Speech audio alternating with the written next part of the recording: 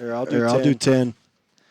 10, 9, 8, 7, 6, 5, 4, 3, 2, 1.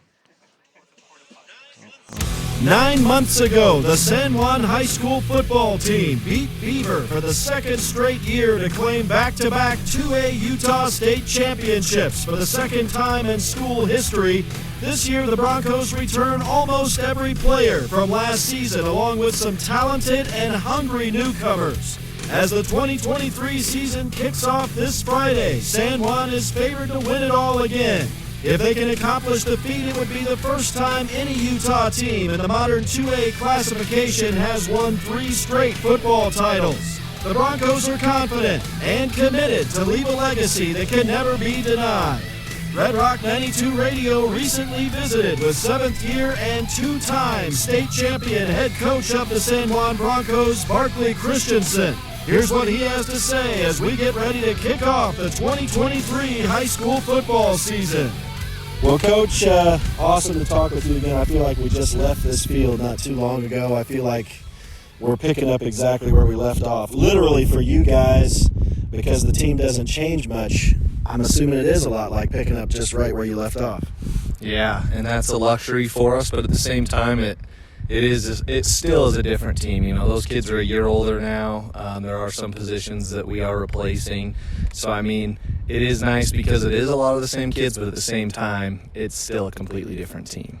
I tell you, and from year to year, even during the year, it's amazing how fast high school kids change and how teams that you see this coming week will not be the same at the end of the season. Yeah, 100%, and that's what we've told our kids in these position battles. This week 1 game, our team will be completely different by the playoffs. I mean, so kids that are maybe a little bit further down on the depth chart or kids that are starting, that means nothing come week 1, because what it matters is when we get into the playoffs, the quarterfinals, obviously semis and state. So, yeah, it's weird how just things change and progress throughout the year and how kids step up and I mean, that's the fun part about it, though. So I'm excited to get rolling. Well, you say you're excited. What other feelings do you have right now here getting ready to go? I'm excited but anxious. I'm really anxious. I mean, we have a countdown. I got a little one of those chains that we break off, you know, those paper chains for 8 days away from game 1, the Christmas chains from game 1, and super anxious. And you'd think after our 2 state championships, this is my 7th year doing this, those feelings still don't go away. And just super excited but anxious and just ready to get rolling. Is it the same thing for the boys right now? Yeah, 100%. Especially, and I know it's getting to sound cliche coming from us, but when they start working out in June and stuff, every year you'd think they'd know what to expect, but it gets 2-3 months and you get tired of hitting each other. Yeah. And so yeah, they're excited, anxious, and they are super ecstatic for 8 days. Well, I know we've already seen a lot of the pieces. Like you say, things are different starting out this year, but just tell me about this team.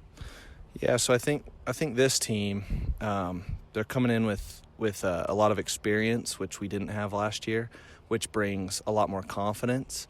Mm-hmm. But at the same time, that can bring some complacency when you've seen success and you've tasted success, because these kids really didn't coming into 2022, because we had graduated so many seniors.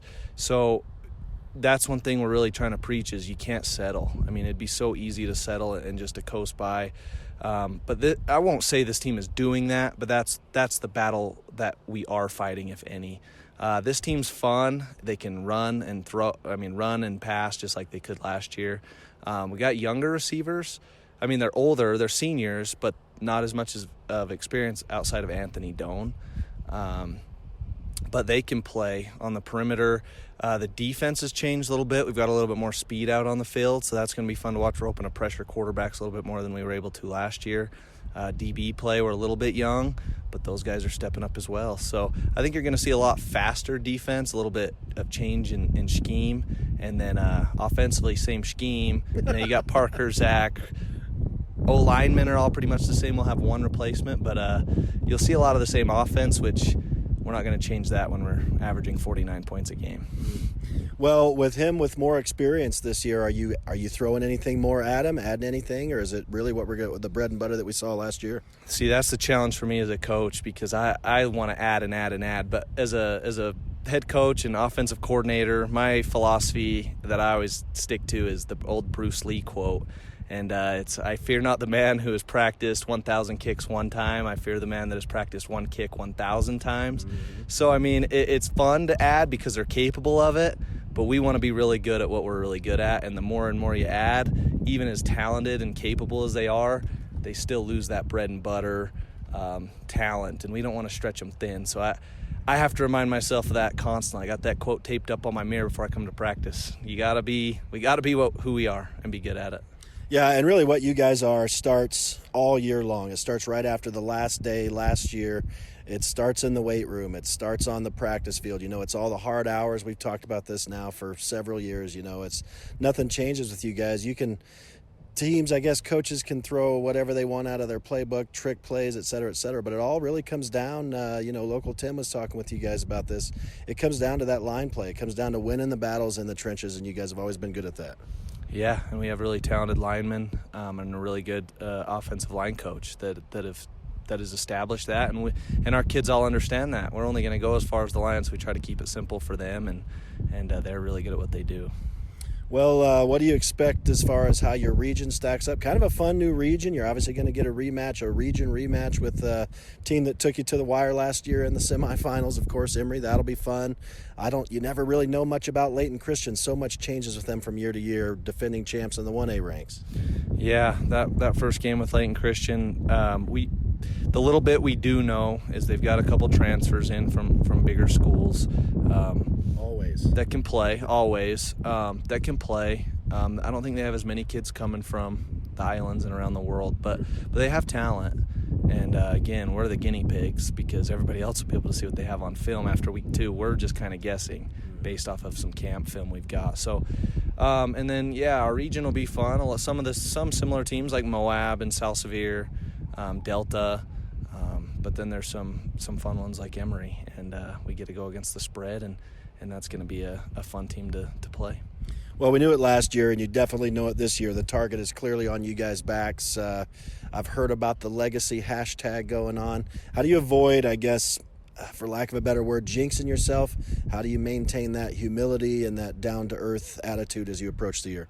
Yeah, we've taken on the leave a legacy with the 3, is what he's referring to. A 3 for the E in legacy, and that obviously is referring to the 3-peat.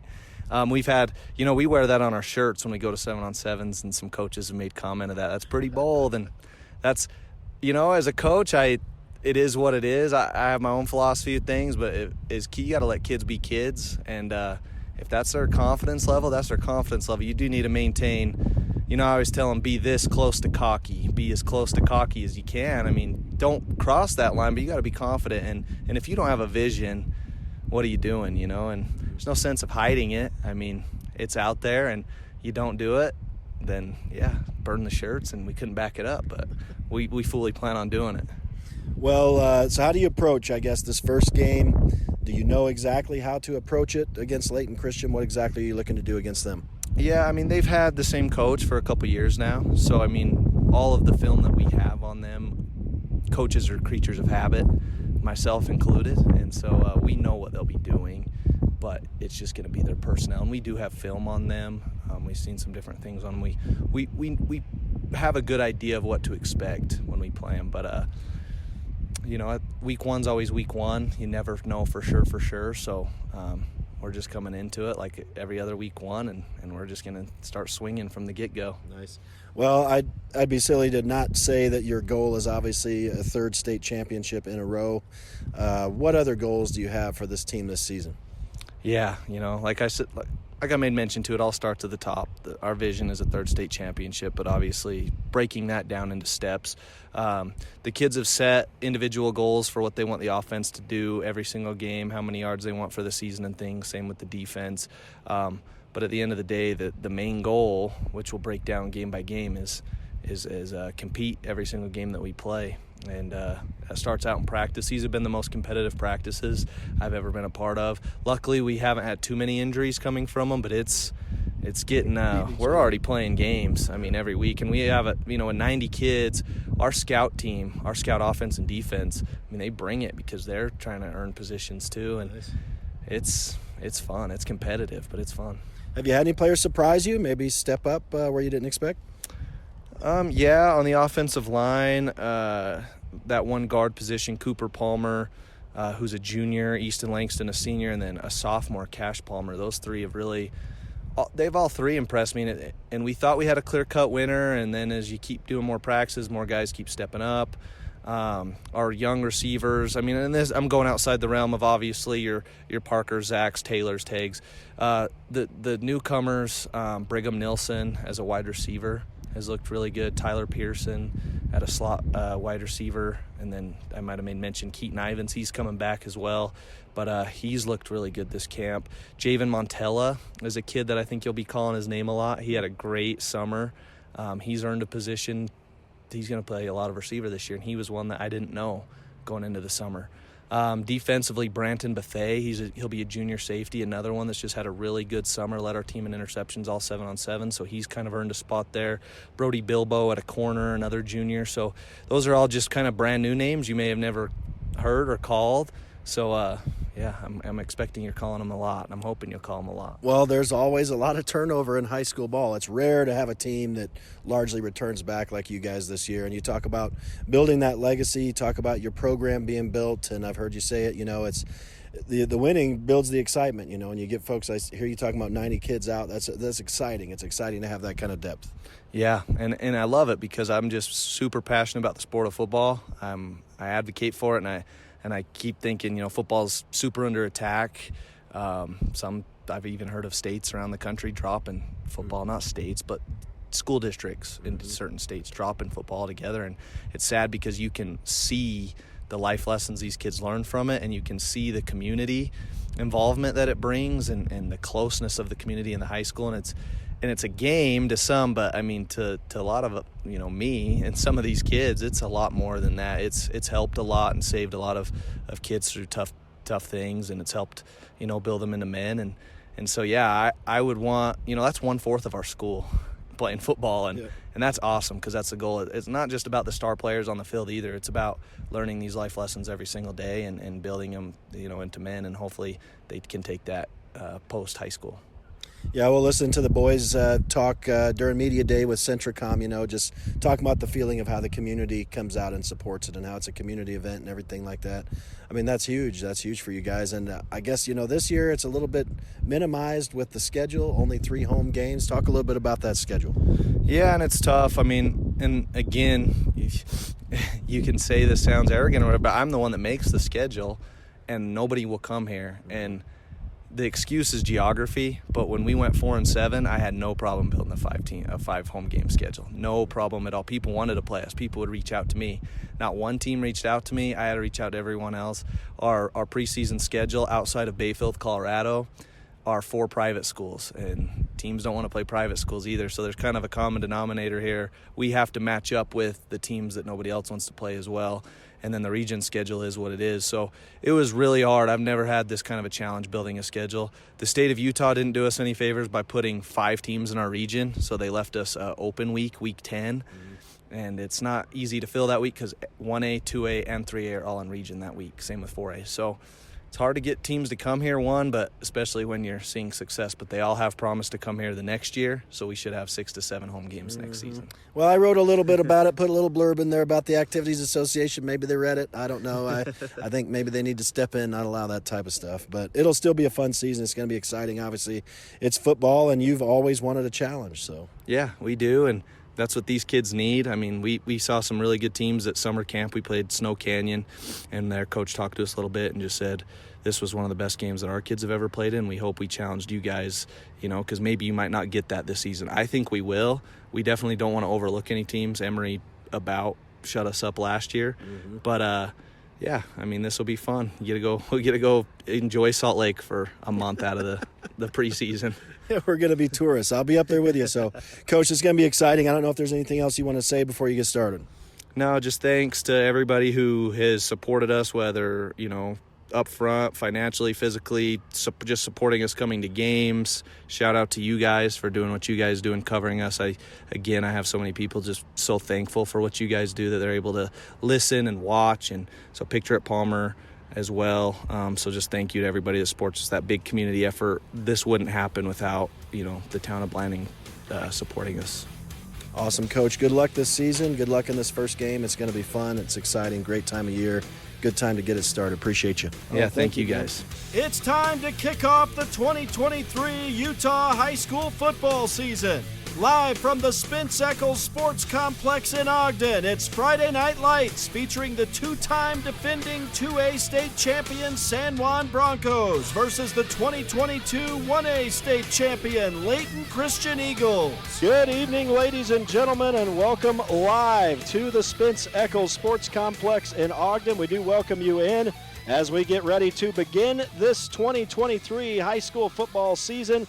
It is pretty impressive. It has really snuck up on me. Rhett Sifford alongside Art Adair as we get the group back together again. The pictureatpalmer.com guys here as well. The team's out on the field warming up. It's an exciting afternoon as we get ready to kick off the season. Art, it's good to be back together. This is going to be a fun afternoon here today if we can get past a little bit of this early evening heat up here in this unair-conditioned booth. Well, it's going to be fun. Anytime you get together with Pitcher at Palmer and you, it's a good time. And you get to watch the San Juan Broncos go out here and play some football. It is a nice field. Those people who have ever are watching or listening on the airways and have ever been to Layton Christian, this is definitely not LCA's field. This is turf. It's nice. There's not a 100-foot cliff behind the visiting stands. So, it's a good environment here. I always used to wonder what would happen if, because you could just lose a kid at that cliff at Layton Christian. But yeah, this is a nice facility here. This is a huge step up for Layton Christian, that's for sure. This is a great venue, I think, to start the year. A rivalry that I don't know if you can call it a rivalry yet, but a good game between these two teams last year. That win by San Juan, which was a doozy, a 46-38 final, was a fun game and the first time that those two teams had ever met. So this is just the second meeting all time between these two teams. Yeah, and like you said in your interview with Coach Christensen, they were one of the top three teams that played them last year. So yep. One of the closest games they had was this team. Now, obviously, whole new squad coming in here, a lot of new moving pieces for Layton Christian, but at the same time, quality coaching. They got some kids that have moved over from basketball and rugby into the football team. You've got a couple transfers. And so I look for an exciting game, first game out of the gate. Yeah, we'll see how it goes. Obviously, San Juan this year brings a 25-game winning streak in to start this season. This year they could match and beat their 30-game streak that they set back in 2011. So that's on their radar, but of course that means that's on all their opponents' radars as well.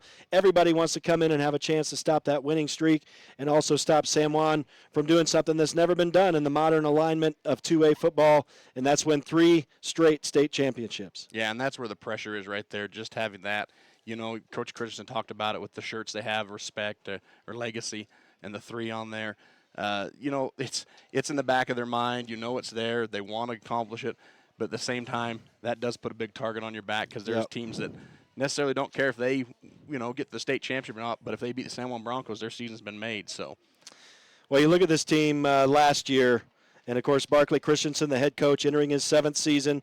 He has a 51-19 record. I'd say that's successful. He's obviously got 2 straight state championships. This team averaged almost 47 points per game last year. That was number 1 in 2A. Defensively allowing just about 17.5 points per game last season. That was 3rd in 2A. And they return almost all their guys. 8 guys on offense, 7 guys on defense. So it's obviously just picking up right where they left off. And this is a team that's ready to go right out of the starting gate this season. Yeah, I mean, they do lose some big-time receivers. Jersey, Colin, Hudson Watcott. You talked about a few of them. But they've got some big-time receivers I think they can step up. Anthony Doan comes back. You've got some other kids. Coach Christian talked about the Pearson kid, number 1. I think that's what San Juan does. They have kids in positions, and they work their butts off for 2 or 3 years on JV, and that just makes them so much better that when they get that opportunity, a lot of these kids just step up and shine. Yeah, and Zach Conway, too, is back. 1,607 yards for him, 20 touchdowns on the ground last season. That's a huge piece to have back this year in his senior year. And you look defensively, obviously they lost some tacklers as well for their top 6 guys, but they do have their leading tackler last year, Trace Bennett, who's just an absolute machine, especially in that state championship game last year. 127 tackles for him last year. And Jake Ivins with 79 was their second leading tackler. And you got your Zach Conway, your leading sacker last year. So you got some pieces back on defense also. Yeah, and I'm excited to see what they do with their defensive ends. I know that you might see Jayton Knight there. Until we actually see what Coach Christensen, Coach Bowering put out there, you don't want to second guess, but I think they're going to be super fast at the DN position this year. You saw Conway play a little bit that last year when he wasn't in his backer position. He'd come up, play that end. And I think that's going to be the key. If they can get pressure from the outside on that quarterback, keep him in the pocket, make him make bad reads, I think those defensive ends might be the key to this game. Yeah, and that's one thing that Coach Christensen mentioned in that interview. Expect a faster defense this year. So that might be the only real change we see on this team this year, at least to start out this season. Teams are heading over to their sidelines. We're about 11 minutes away, I think, from the kick. We're going to have national anthem, I'm sure. We're going to take a quick break here as we do welcome you into Friday Night Lights, first broadcast of the season on Red Rock 92 and PictureItPalmer.com. We'll come back, and we don't have a huge amount to say about Layton Christian. We don't know a whole lot about them, but we'll come back and talk about Layton Christian here in just a few minutes. Stay with us. You're listening to Friday Night Lights on Red Rock 92 and PictureItPalmer.com. With a changing economy and advancing technology, it's time that marketing and selling of real estate in San Juan County catches up. Four Corners Homes and Property Management is changing the game. Every Four Corners Homes listing includes 3D mapping and virtual tours, professional photos, a digital and global 21st century footprint, and marketing exposure that makes it easy for buyers to find and identify what makes your listing unique. Marketing and exposure sells real estate, and if you want the best, you need Four Corners Homes on your team. Find us at fourcornershomes.net or call 801-404-0058. Hi, my name is Logan Monson. I am the mayor in Blanding. Youth, their families, and the well-being of our community is a big reason that I chose to serve in this capacity. Utah kids report that the number one reason they choose not to drink is their parents' strong disapproval. Here are 3 strategies that can help keep your child alcohol and drug free. Number 1, bonding. Stay close to your kids. Number 2, boundaries. Set clear rules and expectations. Number 3, monitoring. Who are your kids with? What are they doing? And when and where are they going? Let's support each other in helping raise strong and capable youth. Having those important no underage drinking conversations are crucial to a child's future success. Let's do this.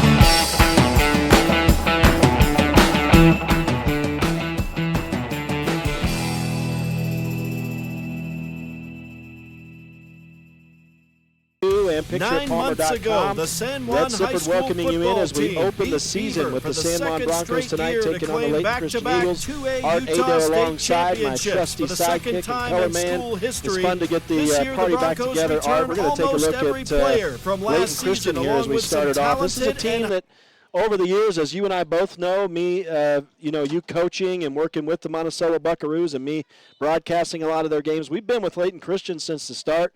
This is a team that's had a lot of turmoil in their history, a lot of turnover. They've got a little stability now in the coaching department and Ray Stowers. He's got a 19-8 record in his first couple seasons, starting his third year, and last year took him to their first ever state title. Yeah, a team that originally when they started out, we were just talking to their pastor a minute ago, and I actually attended their very first game at Layton Christian. My brother was playing. And so a team that, has kind of built up over time, but because of their size and who they are and depending on who their coaching staff was, a team that, kind of got a lot of those international students and not a lot of those kids. But now they've got, quite a good solid group of kids coming back, and they've got a good core. They're able to get some of their better athletes from their rugby team and their basketball team to switch over and play a little football, and they've always turned out to be good athletes. And the one I'm most excited to see is this Marcus Miles, their quarterback, transfer from Farmington High School, 6A school. Didn't play much last year as a junior, went 6 for 9 in attempts and completions, scored a couple touchdowns, one with his arm and one on the ground. So I'm excited to see what he can do in this environment with this Layton Christian offense. He's one that, pencil him in. Let's see what Marcus Miles can do with their transfer he's a senior this year, quarterback. So he's looking to make a statement.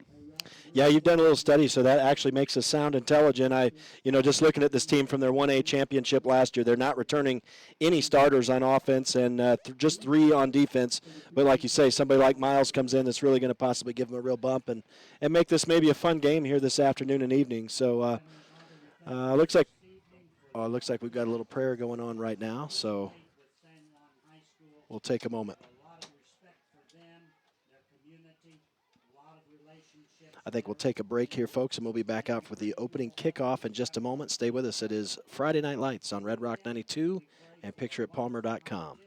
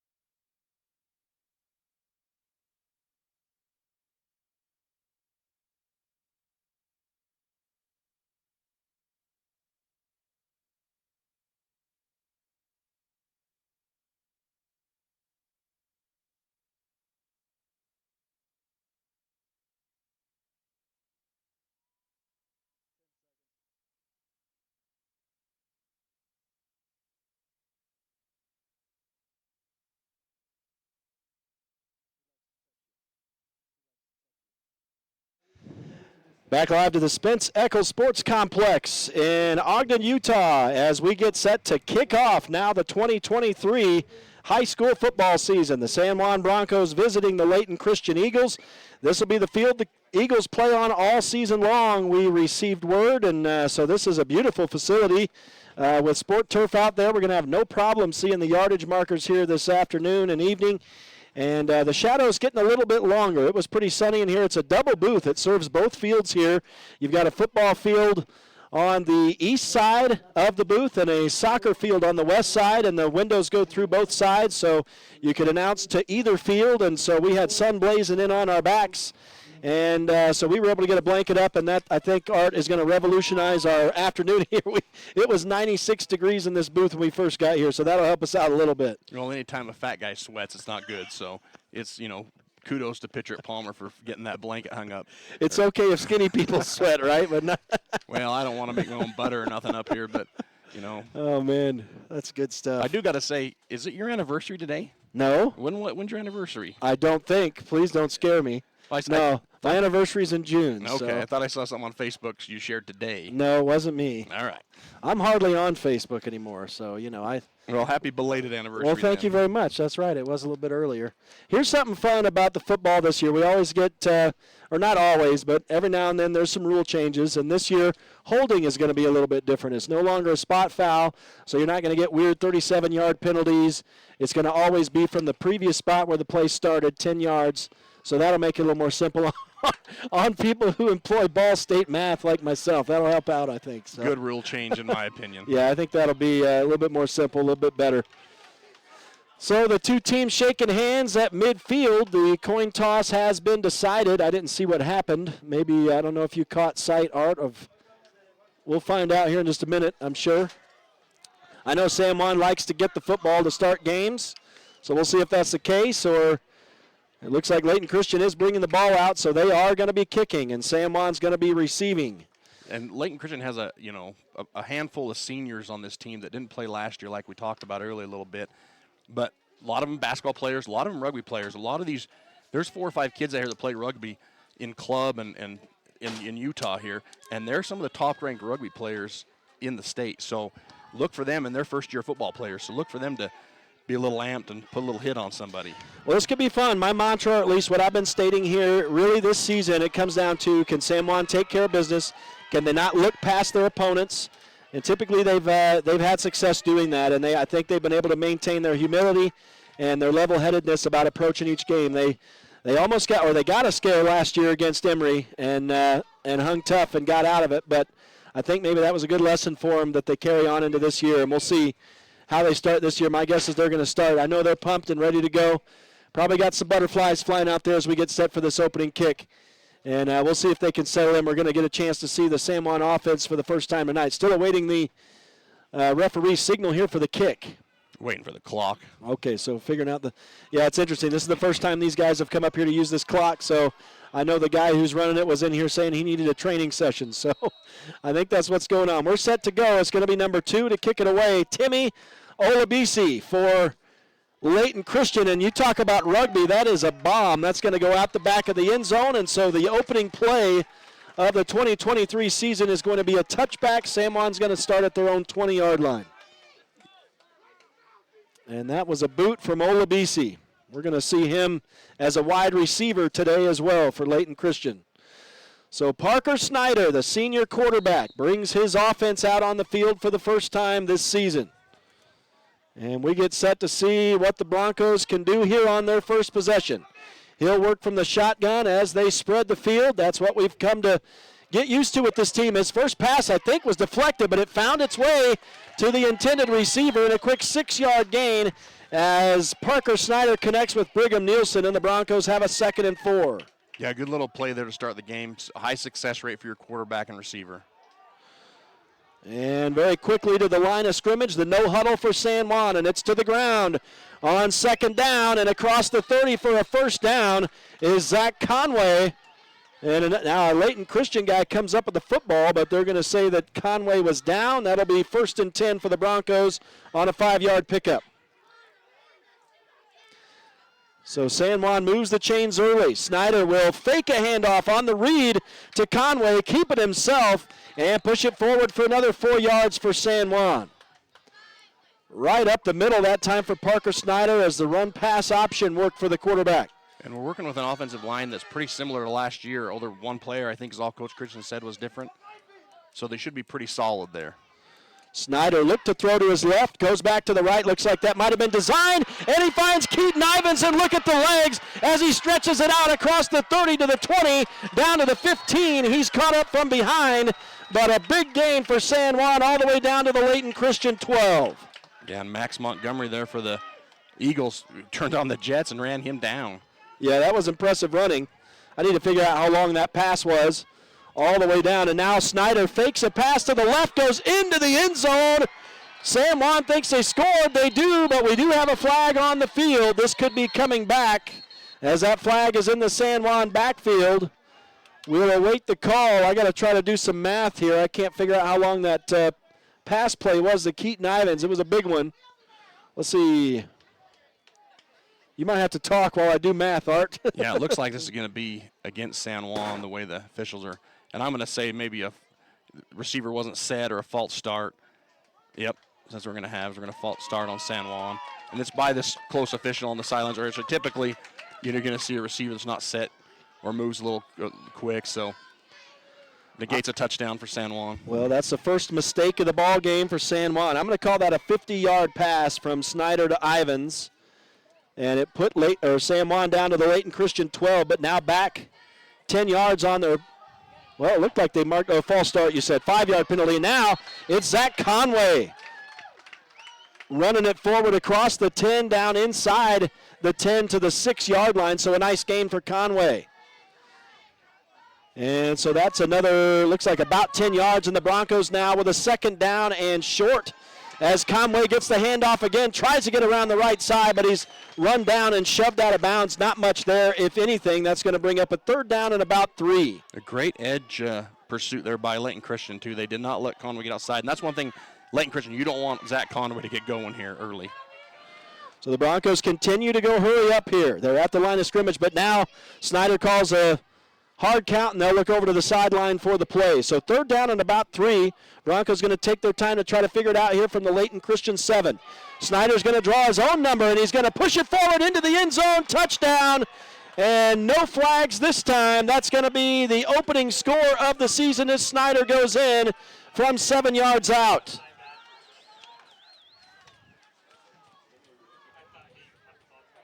Make it a 6-0 lead. And we are not quite 2 minutes in. 10:05 left in the opening quarter. Parker Snyder registering the first touchdown of the season to open the scoring. And 11 yards rushing for the senior quarterback. Now we're going to see Everett Nielsen for the first time this season on the PAT. And it is a low kick, straight through though. So the PAT is good. And the Broncos lead it 7-0. As they hit pay dirt on their first possession of the game, and a lot of that on that huge 50-yard pass from Snyder to Ivins on the way down the field. I thought Ivins might score. Ivins looks like an alien running with those big old long legs, but there was a guy for Layton Christian who had a little bit longer stretch, I think, that time, and was able to drag him down from behind. Yeah, sometimes that's what happens when your first game, get out there. But that Montgomery kid from Layton Christian, I believe that's who it was, he just run him down. Yeah, I think Ivan's eyes, I saw his eyes from up here. He thought he might have had a touchdown, but. Well, when he broke it past the, 10 yards past the line of scrimmage, I thought he might have a touchdown because you had no nobody was there. Eagles back there. But Montgomery just didn't give up on the play, and he just ran him down and, made the tackle, the saving for touchdown that play. But San Juan doing what San Juan does, they just put it in the end zone. I'm really intrigued to see. They had Trace Bennett listed as the tight end, I believe. I'm excited to see kind of what they work. I know he was in the backfield right here on these last couple of plays in their pro-style offense, but I'm excited to see how they use Trace in that tight end role, if they do that tonight or not. Well, it's going to be the running back, Zach Conway, to kick the ball away here, as he has 15 yards of running on that first possession on 3 carries. But he'll kick it away, and we're going to get a chance, as long as Layton Christian can take care of the football here, we're going to get a chance to see their offense for the first time. Not a long kick. This is going to be returnable from the 11. And a nice hole here, and a pretty good run, a pretty good return here for Layton Christian. They're going to be pumped about that. As number 3, Braden Bott, a nice return all the way back out across the 30 near the 36-yard line. Yeah, number 0 for San Juan, Branton Bethea. If he's not there, that could go for 6. Just breaking down in your lane, staying in front of the runner, pushing him to the outside and not overrunning it right there, San Juan. Just, first game kickoff. Got to get that out of your system. Got to get those guys dialed in. Hey, lanes, control, break down. Don't let anything behind you on that kickoff. And fortunate for San Juan, Bethea is there and able to make that tackle. So here's our first look at Marcus Miles, the senior, 5'11", 170-pound quarterback, transferred in from Farmington. And so we'll see how he starts his season as a senior here with the Layton Christian Eagles. And again, it's the spread offense versus the spread offense here today. And they're going to go right to the ground, are the Eagles, and it's not going to do much. In fact, it'll lose a yard as a handoff to the sophomore, Trevor Halalilo. And he goes backwards a yard to start it off. And he broke through 3 tackles there, which San Juan, I'm sure that the coaches upstairs are calling down saying, hey, we missed 3 tackles behind that line. Luckily, Trace Bennett, number 21, is there to clean it up on the outside edge. But 3 tackles right there. You can't let guys run through 3 tackles. It looks like they gave Halalilo back up to the line of scrimmage, so no gain on that play. And 2nd down and 10 for the Layton Christian Eagles. Miles works in the shotgun, has a man in the backfield with him. That's Halalilo. He'll fake to Halalilo, keep it himself off. Right tackle he goes, and a nice run for the quarterback. Miles is going to get 12 yards and a first down for Layton Christian up near midfield. Yeah, again, just assignment, basic football here. Don't get boxed out. Fight through those blocks. Hold your position and make those guys run to the outside. Don't let them cut it up inside. They spot the ball at the 48-yard line of Layton Christian, so the Eagles will have a new set of downs from right there. Both teams here, first quarter, first game of the year, you got to get those jitters out. Yeah, and obviously they'll settle in. You can already see that these two teams both mean business. Here's Miles again from the shotgun. Hands off to Halalilo. The sophomore's been the go-to guy here in this first set, and he's going to maybe get a yard, maybe a half a yard. Looks like just back to the line of scrimmage, actually. So tough sledding so far here for the sophomore running back, Halalilo. Again, San Juan's, they're getting through, though. They're getting good penetration and getting hands on the runner, just unable to bring him down with that first, second tackler. Anthony Doan that time stepping up, making the tackle. Yeah, gang tackling right now for San Juan, at least in the running game.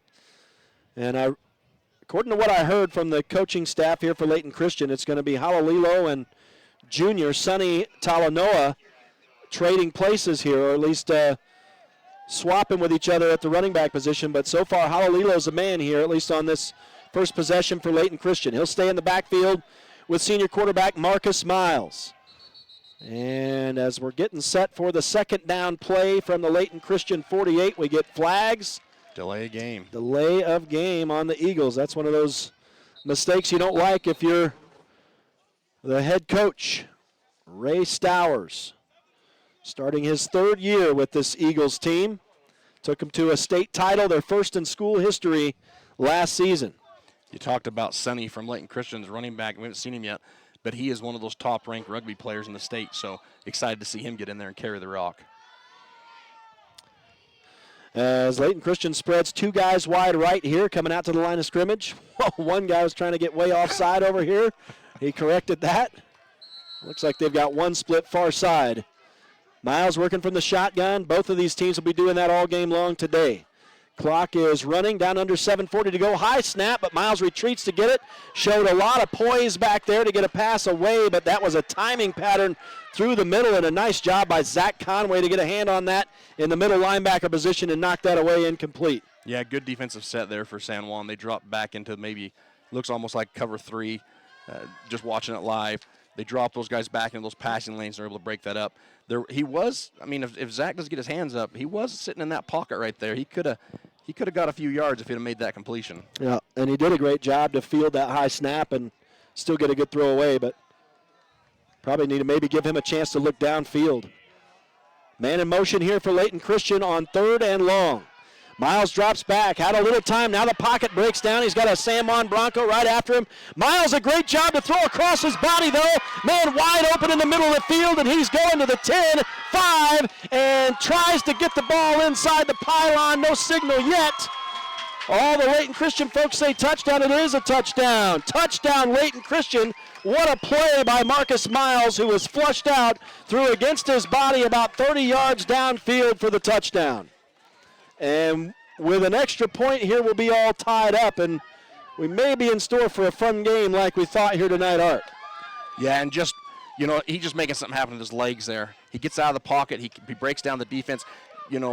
Yummy has a great pursuit on him, unable to get there, and those receivers just keep working for space, finding that open field, giving their quarterback a chance downfield. And unfortunately, when you're in a zone, sometimes, that happens. You give those pockets up.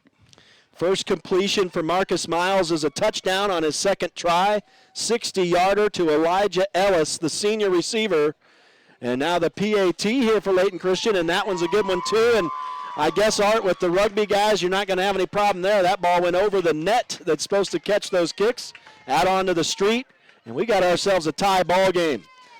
As Layton Christian answers San Juan convincingly on their first possession. Both teams have scored. We're all tied at 7. We're going to take a break with 7:22 to go in the opening quarter. Stay with us from the Spence Echols Sports Complex in Ogden. It's going to be a fun one tonight. You're listening to Friday Night Lights on Red Rock 92 and pictureitpalmer.com. Here at Utah Naval Health System, our mission statement is we exist to improve your quality of life through comprehensive, self-empowered, culturally sensitive, and amazing customer service.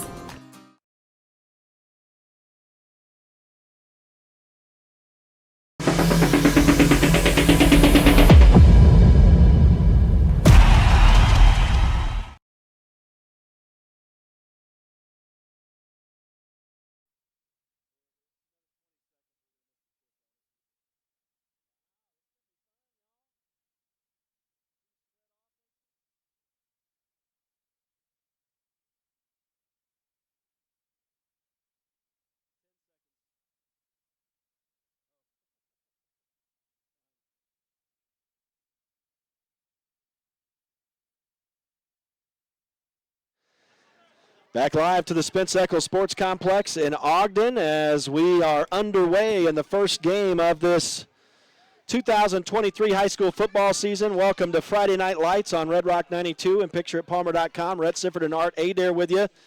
Both teams have scored on their opening drives, and now San Juan has the ball back after a touchback on the return kick here for Layton Christian, and they flush out Palmer here Snyder out of the pocket. That's a little blast from the pass, but Snyder has to scramble, gets a couple yards right up the middle here, so it'll be 2nd down and 8 at the 22.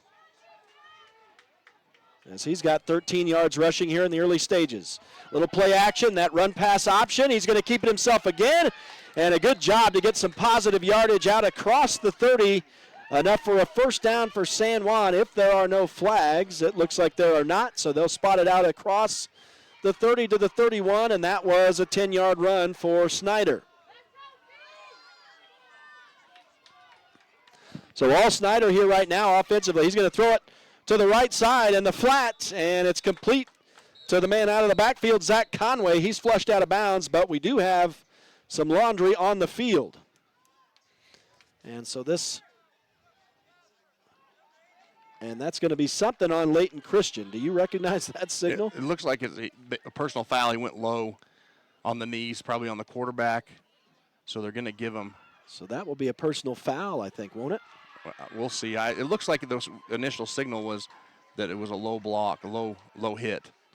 Probably on the quarterback. They really try to protect the quarterback's knees. You can't come in low on him. And so, yeah, that's exactly what it's going to be. That's a 15-yarder.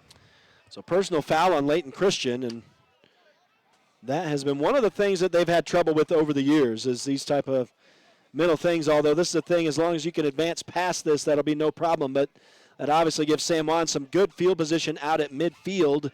That was a 5-yard catch for Zach Conway, his first of the evening. And so Parker Snyder now is 3 of 3 for 61 yards to start us off. And 1st and 10 for the Broncos, just shy of midfield. They spot the ball at the 49, and now Zach Conway gets a pitch out of the backfield, breaks a tackle, and he's home free. Touchdown, San Juan. That one's going to go for 51 yards as he broke a tackle and had some good blocking on the near side. And boy, this thing is explosive already as the team's just trading punches now into the end zone. Yeah, and if you watch the replay on that, they had another defensive lineman go low on Parker again. I saw that. I'm surprised that wasn't called again. You can't go in low, diving at the quarterback's knees. It's just not going to be allowed. So we'll see what happens. But, hey, Zach Conway, like I said, you don't want to get him going. And you get a touchdown for Layton Christian, and then he comes out, and he's not happy. He knows that he knows that they're a better team than that, and he's going to go put 6 on the board. Oh, and that one off the upright. So and this may be a game that comes down to PATs. So Everett Nielsen, who was good on his first one, misses this one off the upright, off the left upright. And so San Juan, if they are able to punch another one in, will likely be going for 2. But that makes it a 13-7 lead for San Juan. We have hardly had any time to really get started here, and it's already a 3-touchdown ball game. Well, here's going to be one of the keys here is look at San Juan over there on the sidelines. Helmets are on. Yeah, kids are drinking some water. But 9% of those kids that have been on that field, they still have helmets on. Look over here at Layton Christian. Helmets are off. They're a little winded. They're a little tired. Conditioning is going to come down to be key in this game because of how fast San Juan wants to go. And if Layton Christian wants to go fast with their spread, man, the best conditioned team here at the end is going to have the gas. They're going to be able to put their foot on the pedal. But great response here by San Juan to come out there and and get 6 points and just do what they do. And I sometimes we want to get fancy, but just ground and pound. I'm a fan of that. I'm a fan of Zach Conway just pounding that rock, and Parker keeping it when he gets the chance. But that's kind of like their MO. Those two are the studs of the team last year. The studs of the team this year. You'll go as far as they'll carry on their back. Yeah, not a lot of plays, but a couple touchdowns for San Juan and one for Layton Christian. This is shaping up a little bit like last year, although it took a comeback from Layton Christian last year. Right now, the two teams just trading punches. Here's a good kick for San Juan. And starting the return is Timmy Olabisi from his own 5-yard line, and he's going to get out across the 20 to the 25. 26 is where they'll officially spot it. Not as good a position as they had to start their last drive, but boy, Marcus Miles made the most of it last possession. We'll see what he does here on their second possession of the night. Yeah, Trip Palmer for San Juan just squaring up that runner and making sure he doesn't get any extra yards, and that's going to be key too, is the tackling. First man wrapping up, and then like you mentioned earlier, gang tackling, but the first man's got to make that wrap up. He's got to slow that guy down. He's got to control him, allow the team to come in and rally around and make those hits if they're going to be successful against Layton Christian. Yeah, this first game's interesting. Your first opportunity to hit other teams, to see other guys rather than yourselves. Both teams have been looking forward to it. Layton Christian obviously knows they have their hands full with these 2A defending champions, and right now they're equal to the task. Here's Miles as he works from under center for the first time tonight, and I'm guessing this was Sonny running the football. No, they're still going with Halalilo here, and he's still tough sledding for him. He goes backwards a yard right here on first down. Yeah, interesting. Maybe just want to see kind of the first game of the season, you kind of want to see what your offense has to offer. So you go from your spread, shotgun, pistol formation, under center to kind of see what you got with the run. But that's a long ways to run. You're lining that running back up 8 yards off the line of scrimmage, 9 yards. Mm-hmm. That's a long ways to get going. And you give that defense, a fast defense like San Juan, a lot of closing speed when you go that far. Now they go back to the shotgun. Miles back there with Halalilo. He'll take the snap, has a little bit of time, but little corner blitz here for San Juan, rushes him a little bit, and the pass intended for Timmy Olabisi is overthrown and incomplete. That'll bring up a 3rd down and 11 back at the Layton Christian 25. Jagger Neves in there on that blitz, gets in there. Quarterback gets the ball away, but he releases it a little hard because he knows he's going to get hit, so that you tense up a little bit. You kind of put a little extra mustard on it, and he gets hit, and he overthrows the receiver by 2 yards. But if he's able to set his feet, come through that pass with his hips, he completes that pass because his receiver was open 3 yards behind the defense. Both these senior quarterbacks have pretty throws out here. They throw a pretty ball out there. So we'll see. San Juan trying to get their first stop of the season. Layton Christian trying to convert 3rd down here from their own 25. Not likely 4-down territory here. Miles is flush again. Moves to his left a step. Throws over the left side to a man wide open. Braden Bott is going to go untouched into the end zone, and I don't know if that was busted coverage or what, but Bott was completely all alone, and Marcus Miles made no mistake, but there is a flag all the way back on the 25, and this is likely coming back. What a pretty play that was.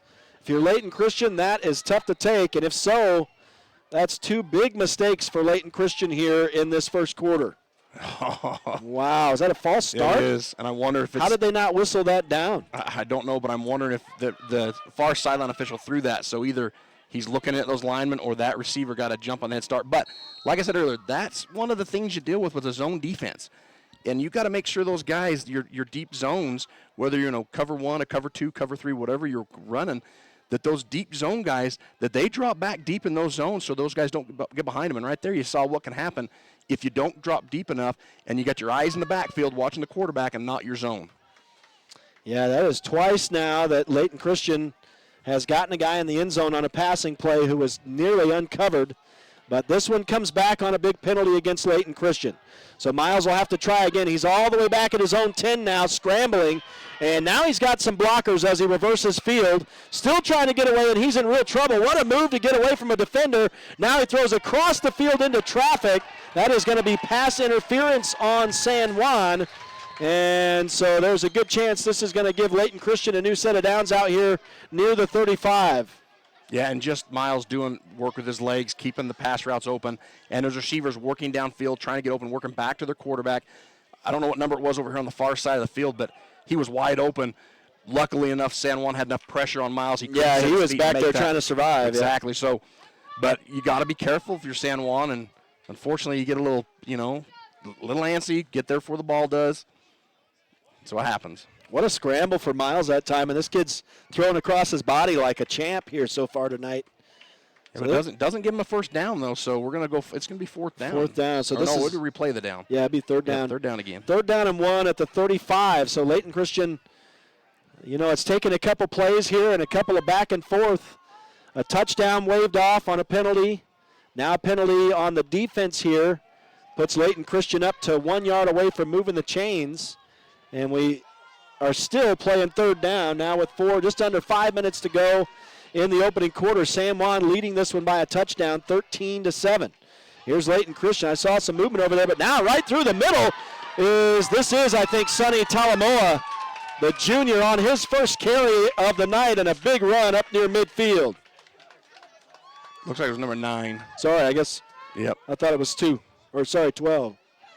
All right, so that was Trevor Halalilo again. That's his first real gain of the evening so far. Up near, they spotted at the 49, so that is a 1st and 10 for Layton Christian. So took a bunch of hemming and hawing, but they finally moved the chains. They don't get that touchdown, but they've got a new set of downs near midfield now. And San Juan knew it was a run. They brought their defense up. They had, 8 guys in the box there. They were ready for it. Layton Christian just outblocked them, was able to create a crease, and the running back was able to get up in it. So far, these are both some fun offenses to watch here.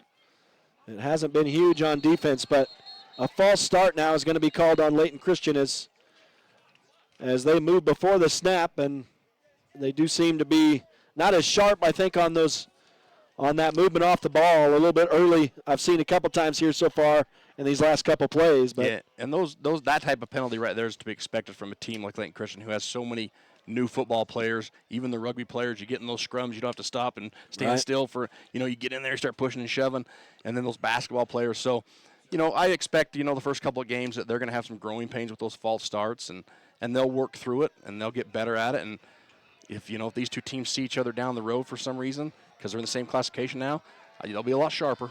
Oh, yeah. Yeah, we talked about that in the interview. It's right at the beginning of the interview. Teams are not the same at the end of the year as when they start. Now, more movement over here, uncaught. Now Miles heaves one downfield and has a man and a good catch down at the 20-yard line of San Juan. That one complete to number 20, Max Montgomery, for the first time tonight. And that one, let's see, that'll be a 31-yard pitch and catch. And Bethea there, he's in almost good position. He's just a yard too slow, and he's just a little too short to get up and to interfere with that ball. But good concentration by Layton Christian to go up and catch it, high point that ball, and bring it down. Miles is now 2 of 4 on the night. Both of his completions have been big. He's up to 91 yards in the passing game. And Layton Christian is on the doorstep of the red zone for San Juan. Miles has some room on the right side. He's going to keep it himself, tuck it up into traffic. Down near the 10-yard line he goes on his own little scamper. That's going to be an 8-9-yard gain for the senior quarterback. That's his second carry of the night.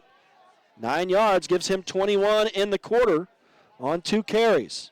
We're down now to 2:40 to go in this opening quarter. And Layton Christian threatening to answer San Juan once again. Yeah, and again, the Broncos, a lot of arm tackling, a lot of reaching, a lot of, not breaking down, chopping your feet. Tackling is going to, I guarantee, will be a key this next week as they go into week 2.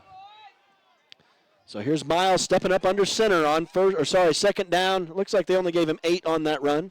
2nd and 8. Little handoff, and here is Halalilo rumbling into the end zone for a Layton Christian touchdown, his first of the season. And Layton Christian indeed answers the San Juan Broncos both times. And now the Eagles a chance to take their first lead of this game with an extra point.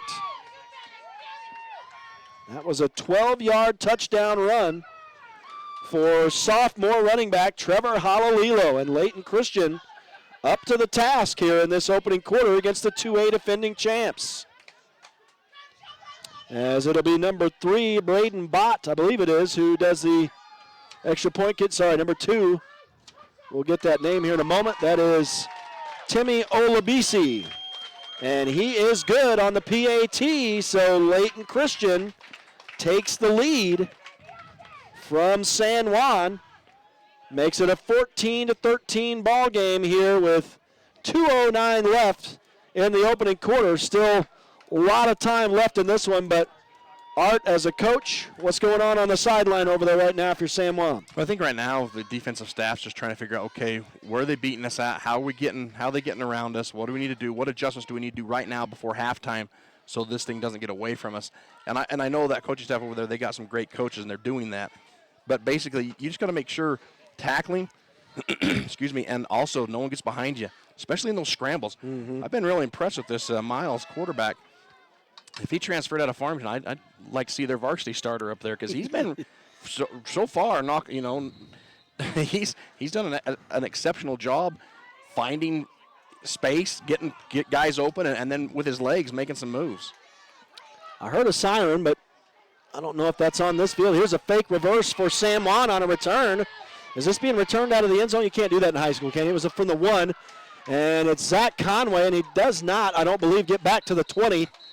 He's around the 20. We have a flag, or? Yeah, we got a flag over on the side, and I think it's going to be a block in the back. But from my vantage, it looked like both players were engaged, and the Layton Christian player turned.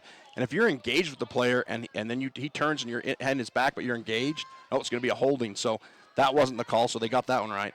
So a holding somewhere. But that's what I saw, the corner of my eye in this booth. I got this little window here. Yeah. Well, so San Juan's going to get a half the distance penalty here, and so they're going to start deep in their own territory for the first time this season. And, boy, right now they have their hands full with the defending 1A state, well, they're not officially defending, but the reigning 1A state champion Layton Christian Eagles. This is a fun game between a couple of the 6 state champions from last year, 2 of them facing each other here this evening. And it's been fun so far as both teams just answering each other. And San Juan's going to explode here as Zach Conway breaks free across the 40. Makes a move at midfield and beats a man. And now he's got one man to beat, but the speed from Olabisi is too much. He catches up to Zach Conway from behind and pulls him down at the Layton Christian 11. What a run for Zach Conway. Yeah, and Conway, he's going to be tired. I don't know if you noticed, but he's kicking off too. Yep. I think last year he came out. That was kind of his break on kickoffs, but now they've got him on the field not leaving, so that kid needs some air. But what a block out there by number 22, Javin Montella. Yep. What a block. Yep. So that's an 80-yard run for Zach Conway and sets San Juan up again. Now Parker Snyder's going to dial his own number again and goes down inside the 5 to the 4. That'll be second, and it's not goal, is it? I don't see they're just now getting the chains set up as we already ran a play. Yes, San Juan could move the chains inside the Layton Christian 1, and that was a pickup of 7 right there for Parker Snyder.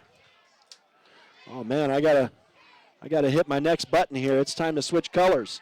Here's San Juan going into the end zone for a touchdown. Was that Snyder running? Yes. Snyder on his second touchdown of the night as he busted in from the 4-yard line. That's his second touchdown and a 4-yard touchdown run, and gives San Juan the lead back with 1:09 still to go in the opening quarter. It's 19-14. Wow. Yeah, this is gonna. They say the old defensive build championship. It's gonna come down to whose defense stops who out here tonight. Man alive, I got to do some math here to figure it out as San Juan goes for 2, and very quickly a pitch and catch is complete in the end zone to Zach Conway from Parker Snyder, so they do connect for 2, and the Broncos back to a very football-looking 21-14 lead now with 1:09 to go, and we're still just in the opening quarter. Still over a minute to go in the opening quarter. We got ourselves 5 touchdowns in this ball game. Yeah, and people say, you don't know what Layton Christian bringing back, but with this coaching staff and the success they had last year, you knew they were going to have athletes out there on the field no matter. They had 2 of the top running backs last year. They've got a kid out here that's making it look like he was one of the top running backs last year, and I think this is his first year playing football. So crazy. They've, they're really doing some work out here. Kudos to Layton Christian for not letting down. But like I said, this is going to come down to defense, tackling. Defense is making stops. At some point, it's going to come down to defense. We've got to have a stop here.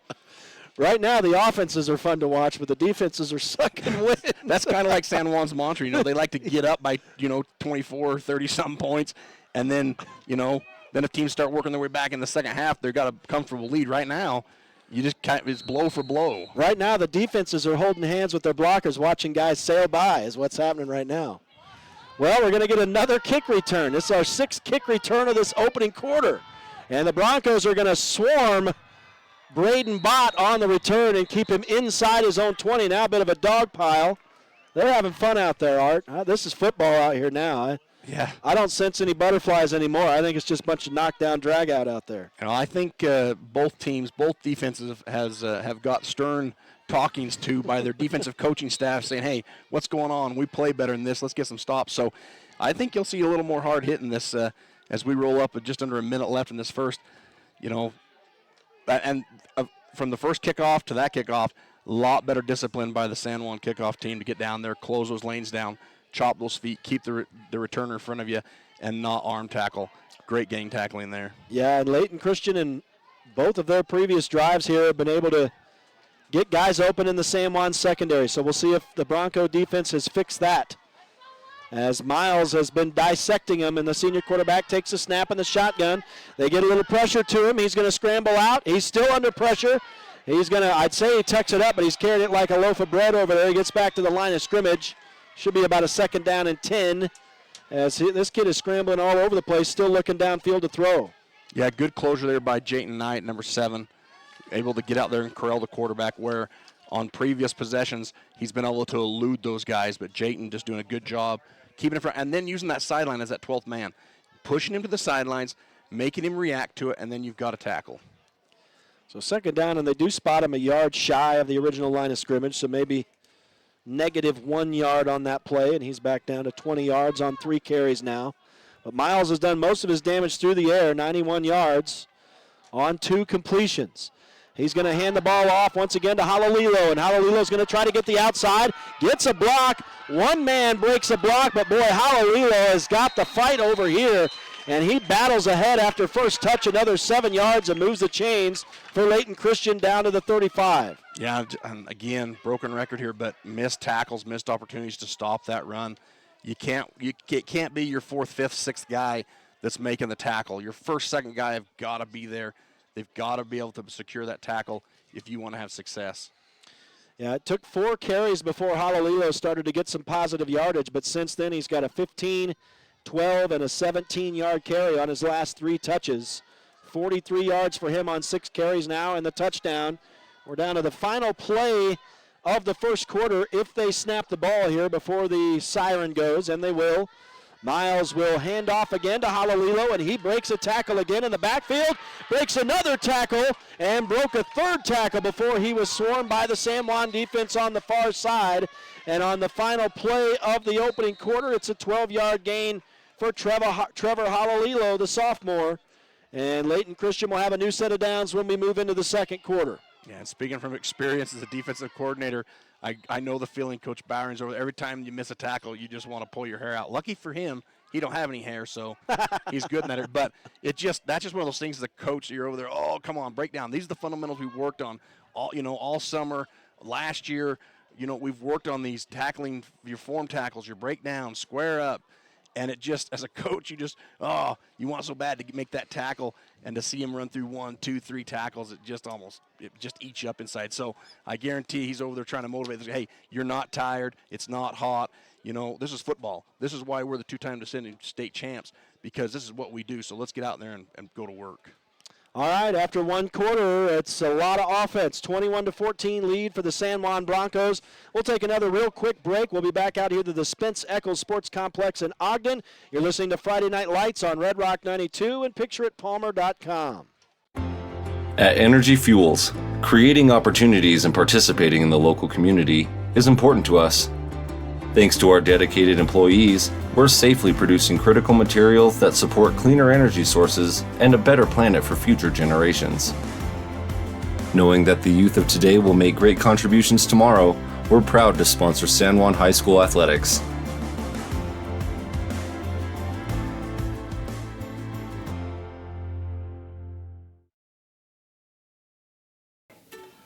Hi, my name is Logan Monson. I am the mayor in Blanding. Youth, their families, and the well-being of our community is a big reason that I chose to serve in this capacity. Utah kids report that the #1 reason they choose not to drink is their parents' strong disapproval. Here are 3 strategies that can help keep your child alcohol and drug free. Number 1, bonding. Stay close to your kids. Number 2, boundaries. Set clear rules and expectations. Number 3, monitoring. Who are your kids with? What are they doing? And when and where are they going? Let's support each other in helping raise strong and capable youth. Having those important no underage drinking conversations are crucial to a child's future success. Let's do this. In the 2A ranks, Rhett Sifford and Art Adair welcoming you back as Layton Christian on first down gets a 11-yard pass, and now they try to connect again, but finally a defensive play as Branton Bethay knocks the ball away, and that'll be an incompletion for 2nd down and 10 at the San Juan 42. That was nice. That's good to see some defense. Good closure on the ball, on the receiver there for Branton. He gets out there, he stretches out, gets himself big, was able to knock that ball down, and that's what they need. They need those plays. The last play right before we came back, again, missed tackles. That's going to be the story of this game if San Juan ends up losing here. So they need to really buckle down here and not just reach for arms. They need to be tackling through people. All right, on 2nd down and 10, Marcus Miles, the senior transfer out of Farmington, brings his team to the line of scrimmage, works from the shotgun with the spread offense. 2 to the right, 1 to the left, man in the backfield. Sonny was the man in the backfield finally. And Miles dials his own number, and he's going to go down near the San Juan 30. That's going to be enough to move the chains. That is a pickup of 11 for the quarterback, Marcus Miles. And a perfect read on the RPO there by Miles. He sees that defensive end cut in, commit to the running back. He pulls the ball, calls his own number, and picks up first down. He looked a lot like Parker Snyder. That's right. That's what you want out of your quarterback when you run that RPO. You want him to be able to make that read. That's the one thing he's got to do.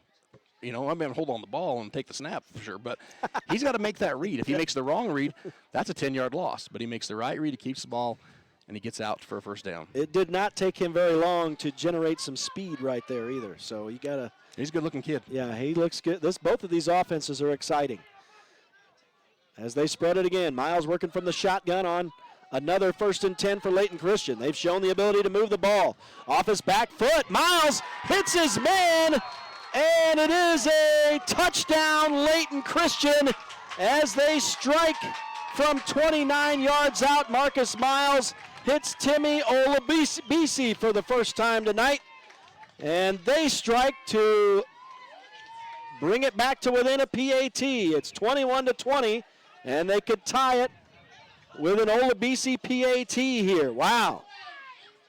Yeah, just a little stop and go there by Olabisi. He goes out, he pounds his feet, stops, turns, gets that cornerback to look in the backfield instead of watching his man, and turns on the jets, the little stop and go.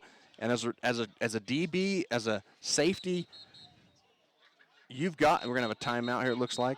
You have got to keep your eyes out of the backfield. That's one thing you coach as a defensive coach with skill players back there, your defensive backs. Don't be peeking in the backfield. You got your guy, especially in a man or a zone. You got your area. That's what you're watching. Don't be looking in the backfield. Don't be watching the quarterback, because that's exactly what happens. You get those stop-and-go routes, and obviously it worked perfection for Layton Christian. So one of the things, those DBs just stop peeking in the backfield. Well, what is Coach Stowers doing here with a timeout after a touchdown with 10:52 to go in the half? Well, I'm wondering if he's going to maybe go for 2 here? Setting up 2, or maybe he's got someone that's tired, or I don't know. It's a weird timeout to call. Well, that leaves him with 2 in the half. But, yeah, my guess is we're going to see something here, maybe even a fake PAT for a 2-point try. We'll see. Maybe they want to take the lead back again here and not do it the traditional way. So, but, boy, these offenses have been explosive. Now for Marcus Miles, 4 of 7 on the night, and he has made the most of his money on those. He's got 2 touchdown passes, 141 yards, and they are going to not do any trickeration here. They're going to line up to go for 2, so they do want to take the lead here. And we'll see if the Broncos can get a stop and remain in the lead. It's 21-20. Layton Christian trying to take the lead on a 2-point try here. Marcus Miles in the shotgun. He will fake to the running back, keep it himself up the middle, and I don't think he makes it. No, he's going to come up shy. So the Broncos up to the task here, and they prevent Layton Christian from converting 2. And now if you're Coach Stowers, you kind of waste that timeout, and hopefully you won't need that later on in this half. But, boy, right now the defense is back on their heels as these two teams it's like they're just standing there just punching each other in the mush, man. Yeah, and I don't know why you go. I mean, I'm not going to coach, second guess him, but right, you've got a kicker that last time down, the last couple times he's been able to kick that ball pretty, high and into the middle of those uprights. So, you put yourself now 20-21. Tie that game up. This could come down to a point game. A PAT, like you said earlier. Yeah. We just didn't know it'd come down to a 2-point try. My prediction is going to be 88-87 in this game. Yeah. Oh my goodness. Both offenses look to be on point. Out of control. Obviously, a lot to work on defense here, but both offensive have, and I guarantee you, no one thought coming into this year Layton Christian was going to have this quick-paced offense after last year's graduating seniors left and what they did. But as of right now, the first quarter and 11 minutes or 1 minute into this game, they look like they're a 2A contender. I'm going to say give Coach Stowers and his staff props, man. Give him credit. He's obviously a good coach, and he's got his team prepared to take on the 2A defending champs. And we're going to get the kick now from Olabisi after scoring his touchdown, and he's had no problem booting this into the end zone. So that'll be another touchback earned by Layton Christian, and the Broncos will start from their own 20 again. See, and Olabisi's a basketball player. He's one of their studs on the basketball team for Layton Christian. Didn't play last year. This is his first year playing football. He's a senior. He looks good on the football field as well. He's 6 foot. He's 6 foot. I think he's 180. I'm trying to remember what I saw online, but yeah, just a good-looking kid. 175. Who is this guy not dressed out down here looking like a man as well? Yeah, they got some athletes on this squad. These guys are ready to go. They have a much shorter bench over here than San Juan does. You start winning, you get 90 guys out for football if you're San Juan. You don't start winning, but you keep winning like San Juan has consistently. As the Broncos offense back out, set up the screen nicely, and Zach Conway's got some room on the left side. Gets a block down the sideline, cuts it into the middle of the field. One man to beat to the 20, the 10. Touchdown San Juan as he goes into the end zone. Loses the football, but not till he gets across the line. It's another 80-yard touchdown run. This time for Zach Conway, it's his second 80-yard run of the day. This one to pay dirt. And the offenses continue to roll here tonight. and my concern now is, as a coaching staff, is get the salt pills going, get the Gatorade flowing, because Conway, his legs are going to start getting tired and heavy here. So they need to be pumping him full of some salt and some Gatorade, some whatever they got over there. But that kid has just made 2 runs that you'd think the game just started. I don't think he's left the field maybe 4 plays. 6 carries, 226 yards. And the Broncos show Layton Christian how to get 2 right here as, again, Snyder throws into the end zone complete. Is that Conway again? No, that's finally Anthony Doan gets to touch the football. Yeah, Conway's over there on the sideline. Yeah, he's sucking wind. I see the steam over there. Yeah, he needs a break. So Anthony Doan gets his first touch. It's a 2-point catch. And the Broncos now on top 29-20. So it's a 9-point ball game. As, the Army song when I was in the Army is the Army goes rolling along and the offenses go rolling along. Here today is what's going on. The Broncos and Layton Christian Eagles, nobody has been stopped yet. They've scored on every possession of this ball game. So the defenses are looking for something.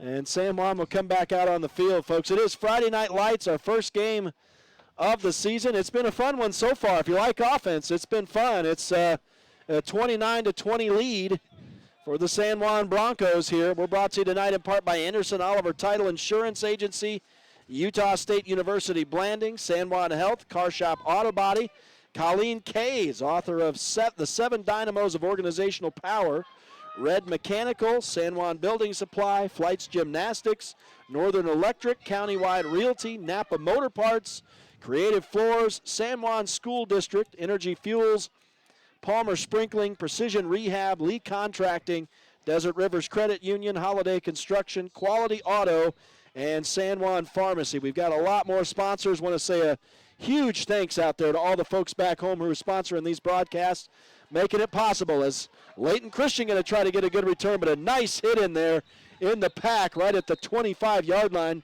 is going to stop that returner short. Layton Christian going to start at their own 24, it looks like. Yeah, I think I see Taryn Bayless is one of the first there to make a hit. That was a good stick. 37, yeah, and that's what San Juan needs to do. They need to start making those first guy tackles and holding those runners up. And the other thing, I haven't seen much deep coverage out of Coach Barring's defense here. He's played a lot of guys in the box. He's played a lot up tight, 10 yards from the line of scrimmage, and that's allowed these Layton Christian receivers in those zones to get by those DBs quicker. I wonder if we're going to see him maybe drop back a guy or two, maybe a single high safety, maybe two in a cover two style.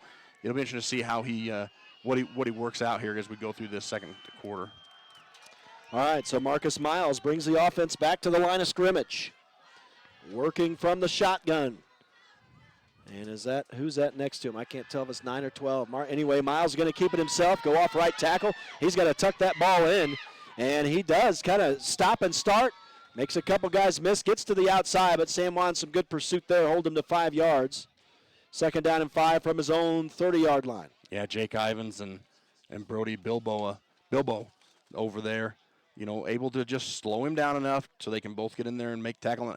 And it looked almost like he kind of got a little turf toe there at the end and helped him out, but it almost looked like his lineman almost tackled him as he was trying to scramble out too. So, a disaster. Maybe linemen aren't the most graceful people on the field. Eh? I'll tell you, I've followed Layton Christian for a long time, and this is by far overall, even on the sidelines, the most athletic group of kids that they've had in a long time. It's a good-looking team. Good-looking team. They look good. I mean, this is the first game we're talking about for both of these teams. So, and here's San Juan trying to pursue, but the man breaks it outside again. Halalilo on the carry, and he's going to get across the 35 to the 36. 37 is where they spot it. That'll move the chains again. That's a pickup of 6 yards for the sophomore running back. So they continue to get positive yardage on this San Juan defense. And you got your safety, Parker Schneider, coming up making that tackle over there. But they got to get better at tackling. That's going to be the storyline of the day, I tell you. Some kind of debris out on the field at the 40-yard line. I'm not sure what that was. But that's a wide receiver's play. You got to pick that up and take it to the sidelines real quick. Yeah, right. I saw that in the MLB this past year. Somebody found a set of plays on the home plate and picked it up and snuck it into the dugout. Flags fly here on 1st and 10 for Layton Christian here. So they've had more of the penalty mistakes here in this opening half. But, boy, these two offenses are having no problem punching the ball in. This will be 1st down and 15 now on the false start. So Layton Christian back to their own 32, but they haven't really let penalties bother them yet here in this game. Well, one of their penalties, that personal foul, set San Juan up for their second touchdown of the day. But yeah, and if we didn't have a penalty on one of their plays, they'd have another touchdown on the That's board. right, they would have one. But they got it anyway a couple plays later. Sure. So.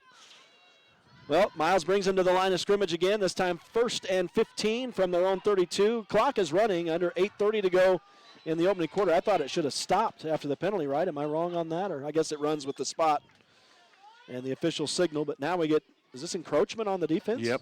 Probably got an interior lineman that lined up over in the neutral zone. So San Juan commits an infraction right after Layton Christian. That puts them right back where they were. So there you go, just back and forth. 1st and 10 once again for Layton Christian. Now back at their own 37-yard line. So we're right where we started. Miles gets a low snap, throws to the side, and it's going to be incomplete. Almost making a circus catch over here was Elijah Ellis, but unable to hang on. It'll be 2nd and 10 on the incompletion. Yeah, and Ellis found that soft spot in the zone and sat down on that outside route. And if that ball would have been up another yard, he makes a catch there. He probably doesn't gain a lot, but because Trace Bennett's right there.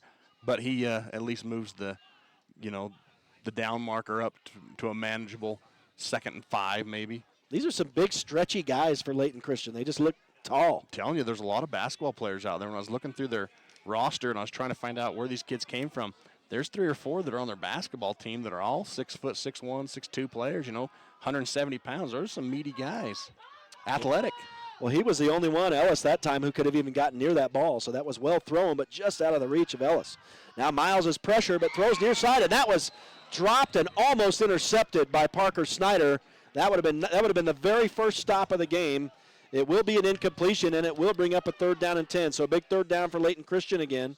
This is only the second time this game we've called a 3rd down, as far as I know. Yeah, Jordan Duke's looking at his hands right now saying, oh, you let me down, because that thing bounced right off his gloves. Yeah.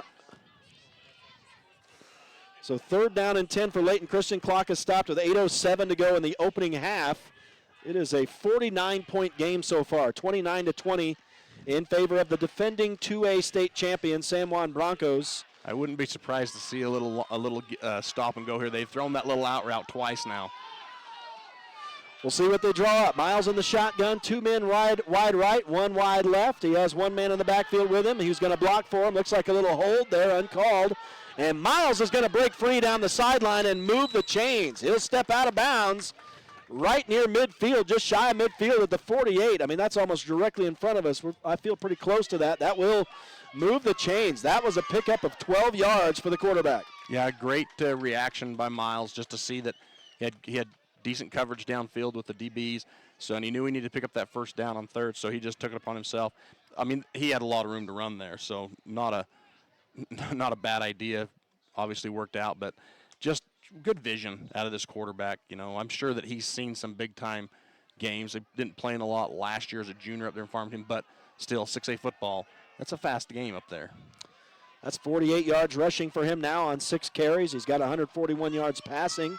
Parker Snyder for San Juan, 34 yards rushing, 61 yards passing. So right now, Miles is outperforming, at least yardage-wise, the defending 2A state champion senior quarterback. Miles on the scramble again. He's been scrambling like a champ, and again he finds a man, but the ball is fumbled and picked up on 1 bounce, and what a stiff arm as, oh my goodness, Elijah Ellis just decleated Anthony Doan with the stiff arm right there and got another 5 yards on that play. What a fortuitous bounce that time for Layton Christian on the fumble. Yeah, couldn't have bounced any better if you're Layton Christian right into the kid's hands.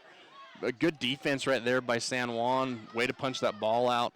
But just, you know, sometimes the ball doesn't bounce your way, and right there's a prime example. That was 88's first catch. I believe that was 88, wasn't it? He caught the ball and then I don't have him on the roster, so I don't know who that is. And then number 1 picked it up. So I'm not sure who 88 is, but caught that ball. That was going to be already what was that, like a 20-yard catch or 15-yard catch? We'll say that. And then the fumble right into Ellis's hands, and he picked up another 5. So Layton Christian moves the chains again on a nice play. As they convert third down, they're going to go to 88 again. I'll have to get his name here at halftime, see if we can get him credit, because he gets another 15-yard catch right here. That'll move the chains again as Layton Christian punches it down near the San Juan red zone again. Brigham Nelson in there on the tackle. Saves a touchdown for the Broncos. That's 176 yards passing now for Marcus Miles, and he is 6 of 11.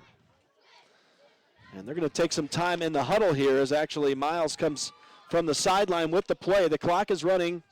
We're nearing 6.5 minutes to go in this ball game, the opening game of the 2023 season. We're glad you've joined us. Friday Night Lights on Red Rock 92 and pictureitpalmer.com. It's San Juan leading right now, 29-20 in the second quarter, but both teams have scored on every possession to this point. And now another false start on Layton Christian as Timmy Olabisi starts a little early over here on the near side in the spread. Hasn't appeared that the penalties have really hurt Layton Christian so far. Other than, like you said, the callback touchdown, but then they came back and got it, and then the one that set San Juan up to score. Those, you know, and those were both big penalties. Yeah, typically, you get a team 1st and 15. You know, that's always plus side for the defense, but Layton Christian seems to be comfortable playing for 1st and 15. This Miles kid looks like he's been doing this all his life. I mean, right now, Layton Christian looks just as good, I would say, as San Juan offensively. Well, Layton Christian last year, you know, they were that run-heavy, dominant 2-back set. They had 2 kids go over 1,000-yard rushers. And, I mean, this kid that's rushing for him now, this number 9, he's a stud at running back, not even half the size of the kids they had last year. But a lot of it just coming off the arm of the quarterback and his ability to get to receivers. Yeah, we'll see how the season goes, but I don't know. Yeah, we got a high snap. It's on the ground. Miles does a good job to cover that up. That's going to be a big loss of yardage. So after the false start, they were already back 5 yards. Now they're going to go back another 7.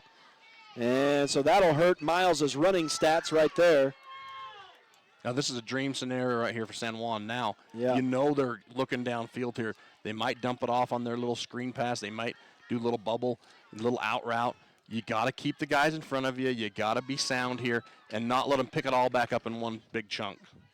Yeah, and if you're Layton Christian, it's only 2nd down, even though it's a country mile plus. It's only 2nd down. You're back near your own 40 at the 36, but Miles has shown the collectedness to be able to get this done here following problems like this already today. He's going to be flushed. He'll tuck it up the middle. He's got a little bit of room. He's breaking a tackle down inside the 25 to the 24. He gets half of it back right there. So it's going to be 3rd down and about 12. And that's the deepest I've seen San Juan play a safety this whole game. They were back there pretty deep with number 11, Brigham Nelson, but still just able to make moves with his feet, create stuff, as he runs through the field and pick up. That's a huge 2nd down right there to pick up, 9 yards, 10 yards? 12, I think, 12, on the carry, yep. And brings up a 3rd, and it's 3rd and 12 here, but still, 3rd and 12 is a lot better than 3rd and 25. Yep. So 3rd down and long, 4:15 to go in the first half. Layton Christian trying to answer San Juan once again and keep the streak going where offenses score on every possession. And he does connect with a man at the 5, and scampering in for the touchdown just after I said it is Braden Bott for his first touchdown of the ball game. And that one to the tune of 25 yards. And the San Juan coaching staff not very excited about that over on the far sideline. So a 25-yard touchdown pass, this time to Braden Bott. He's got 36 yards catching. And Marcus Miles just continues to add to his passing stats as he throws for his 3rd touchdown of this ball game. And he goes over the 200-yard mark with that one. Let's see, I've got to do some math here, so it's going to hurt my brain, but it's 201 yards for him on that after that pass right there. And he is 7 of 12 with 3 touchdown passes. And I missed the PAT. I'm guessing that Timmy Olabisi kicked it through, and that's what Coach Stowers should have stuck with last time, I think. But San Juan went for 2 anyway to get the 9-point lead, but now that makes it 29-27 and still 4:03 left in this first half of play. My goodness, we're going to take a little breather here, send it back to the studio. We'll take a quick break, be back out here to the Spence Eccles Sports Complex in Ogden, where the San Juan Broncos and Layton Christian Eagles are duking it out here in the first game of the season. Stay with us. Friday Night Lights on Red Rock 92 and PictureItPalmer.com. San Juan Credit Union. Your money, your future, your credit union. We have branches available in Blanding, Monticello, and Bluff. Come on down and see us.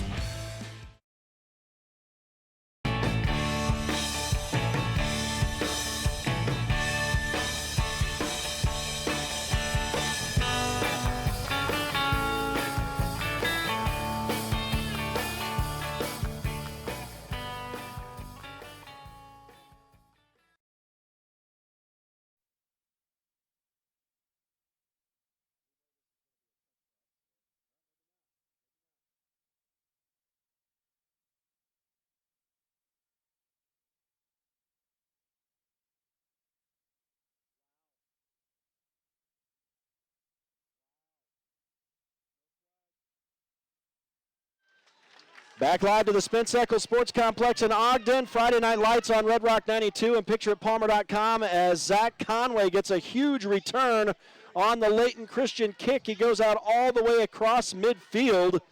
And the Broncos are going to start in Layton Christian territory on this set of downs. As he gets down, it looks like right around the 43-yard line to start. No, down to the 40 is where they spot it. So 1st and 10 for San Juan, starting at the Layton Christian 40 on a big return. They ran the fake reverse, did Zach Conway, and I didn't see who he faked it to, but he broke a tackle or slipped a tackle and then went down the sideline. And a big return for San Juan. So the Broncos, great starting field position. Parker Snyder does a great job to stay in the pocket, but his intended man got spun around backwards. That's Javen Montella, and unable to make that catch.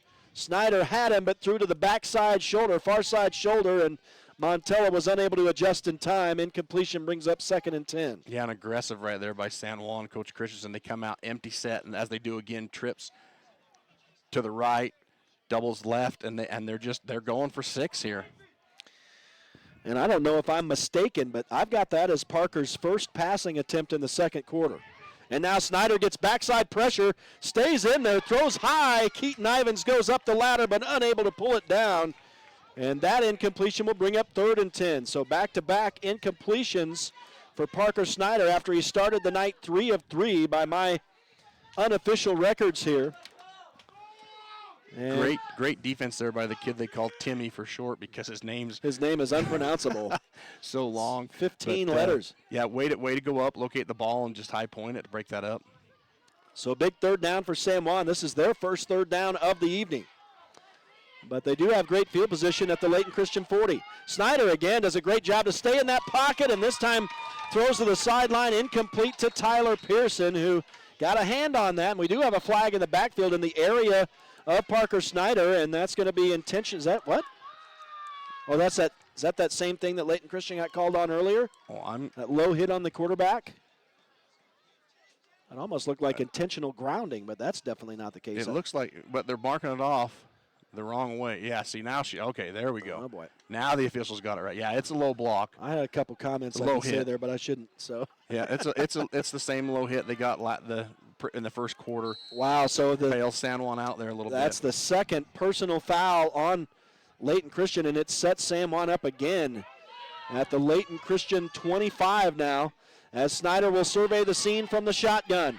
He's flushed out, rolls to the sideline on the left, takes a big hit over there, but not before he picks up 8 yards down to the 17.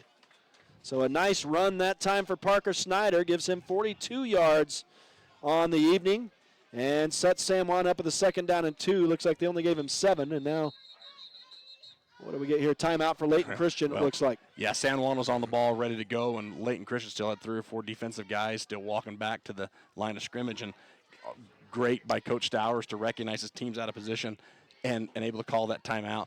But that last hit, that big old kid that just ran down Snyder, his name is I know that Bill Boyle will get a kick out of this because he likes names. Iverson Report. Oh, yeah, I know. I when I was reading that today, I was like, that's the most official sounding name I've ever heard. Welcome to the Iverson Report. So yeah, the kid's name is Iverson Report. That's able to run down Parker and make a stop. But, yeah, I mean, I know San Juan, they want to get that big score. You know, they've had their running game has been on point so far. And they come out, and luckily they get that penalty that keeps the drive going. Right. But I wouldn't be so. I mean, we're 3:22. You know, you want to go up here, get that touchdown because we come out the second half. Layton Christian's getting the ball, and defensive have been a struggle. So you got to get that thing in the end zone. And the way you've been doing it's that running game. San Juan's ready to go again well before Layton Christian as Keaton Ivins lines up in his split wide right formation right in the middle of the Layton Christian huddle over here. He just goes and stands in there. Gotta love it, That's awesome. Just nonchalantly slides in there. So it'll be a second down, and it looks like 3. They only gave Snyder 7 yards on that run. He's going to hand off to the bread. Oh, no, this is a different man. That'll be number 21 on the carry that time for San Juan. Trace Bennett with his first carry. You mentioned him. And he's going to rumble ahead for a San Juan first down and goal inside the 10. That was a pickup of 7 yards, I believe, very quickly right there by Trace Bennett. And now into the end zone they go as they force it in there, or very close, right down to the one. Who was that on the carry? That's Conway. So Conway that time gets the handoff again. So he's going to go down to the 1, I believe. I can't see the official spot here. 6 inches. So, and now we've got a man down for Layton Christian. This is what we talked about with that conditioning, or not sure what kind of injury. We got 2 Layton Christian men down on the field here. I'm going to say there maybe a little cramp issue. Right. But, I mean, watch that play if you're watching this live, or on pitcherpalmer.com.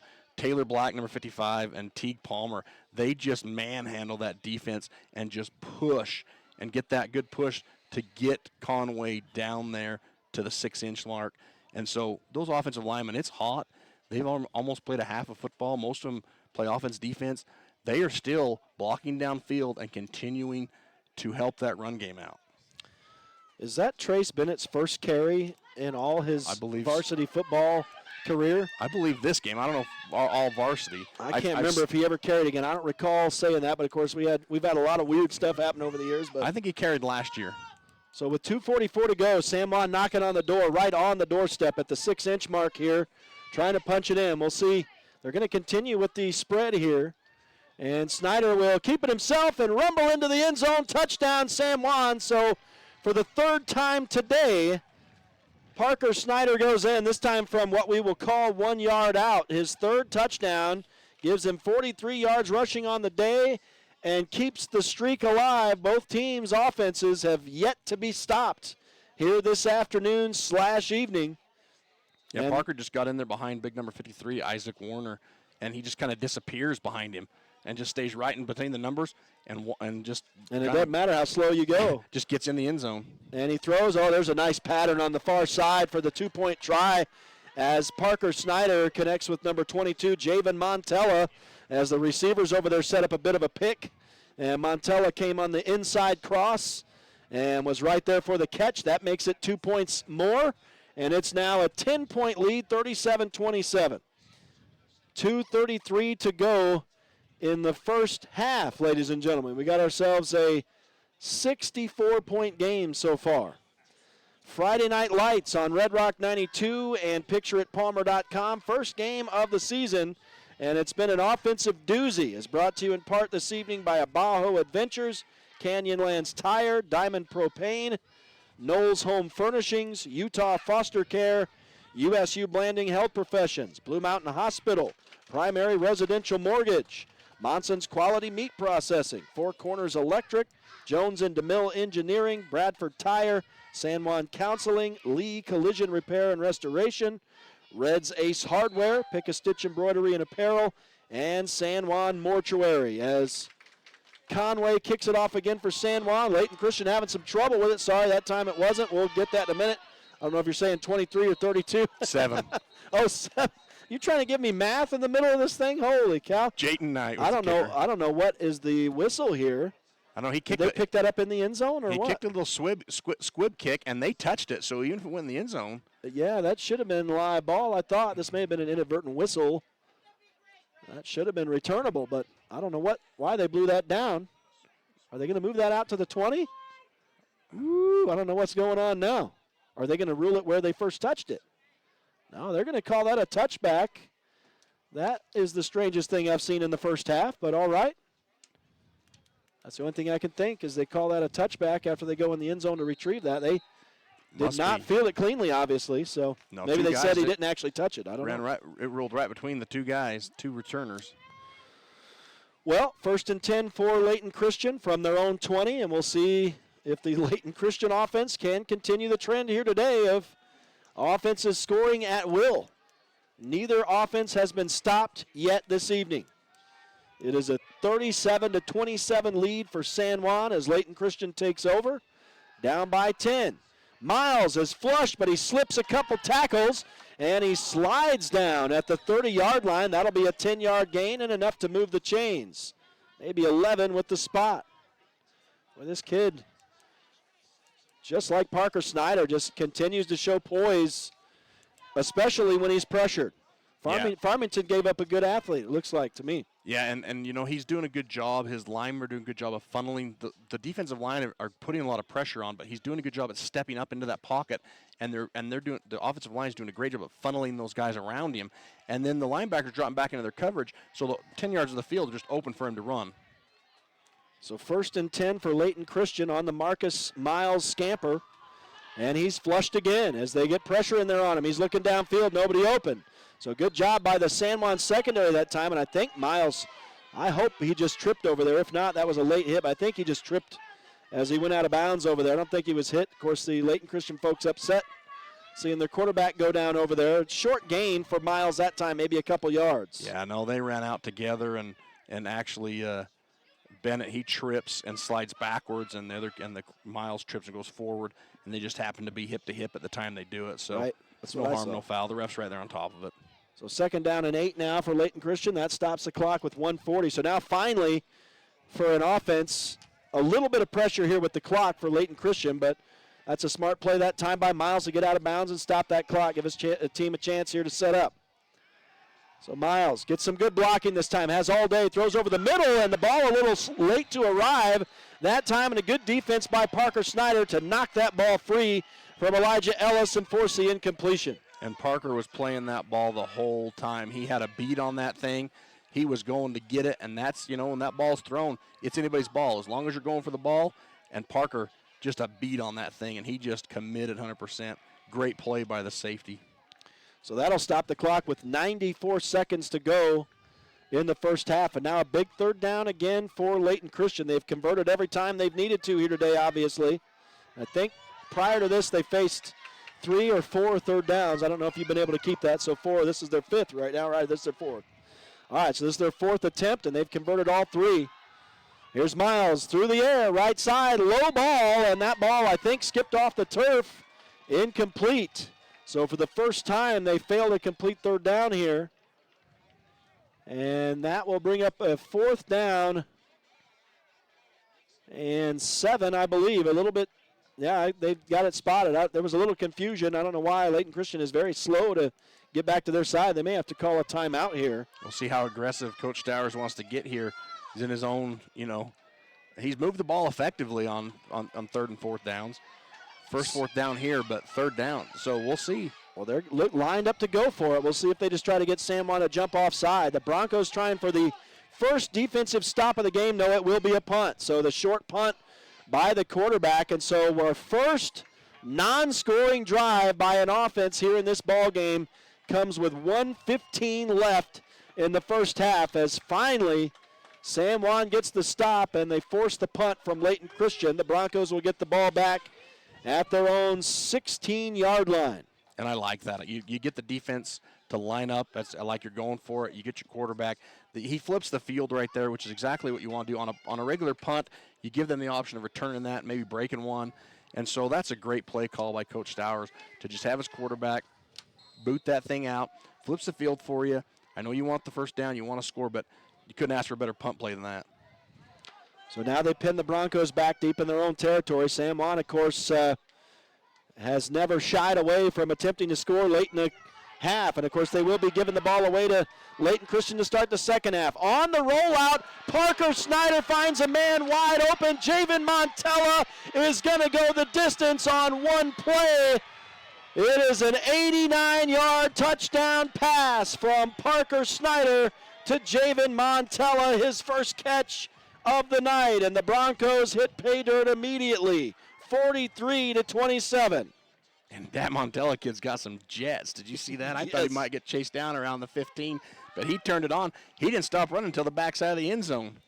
And amazingly, that's the first touchdown pass of the night for Parker Snyder. After all the noise the Bronco offense has made, it's all been on the ground until now. And the first touchdown pass of the season for Parker Snyder. And that's an interesting stat because if he throws 50 more this year, he'll be the 9th quarterback in Utah history to pass for 100 touchdowns in his career. The PAT is good for Everett Nielsen.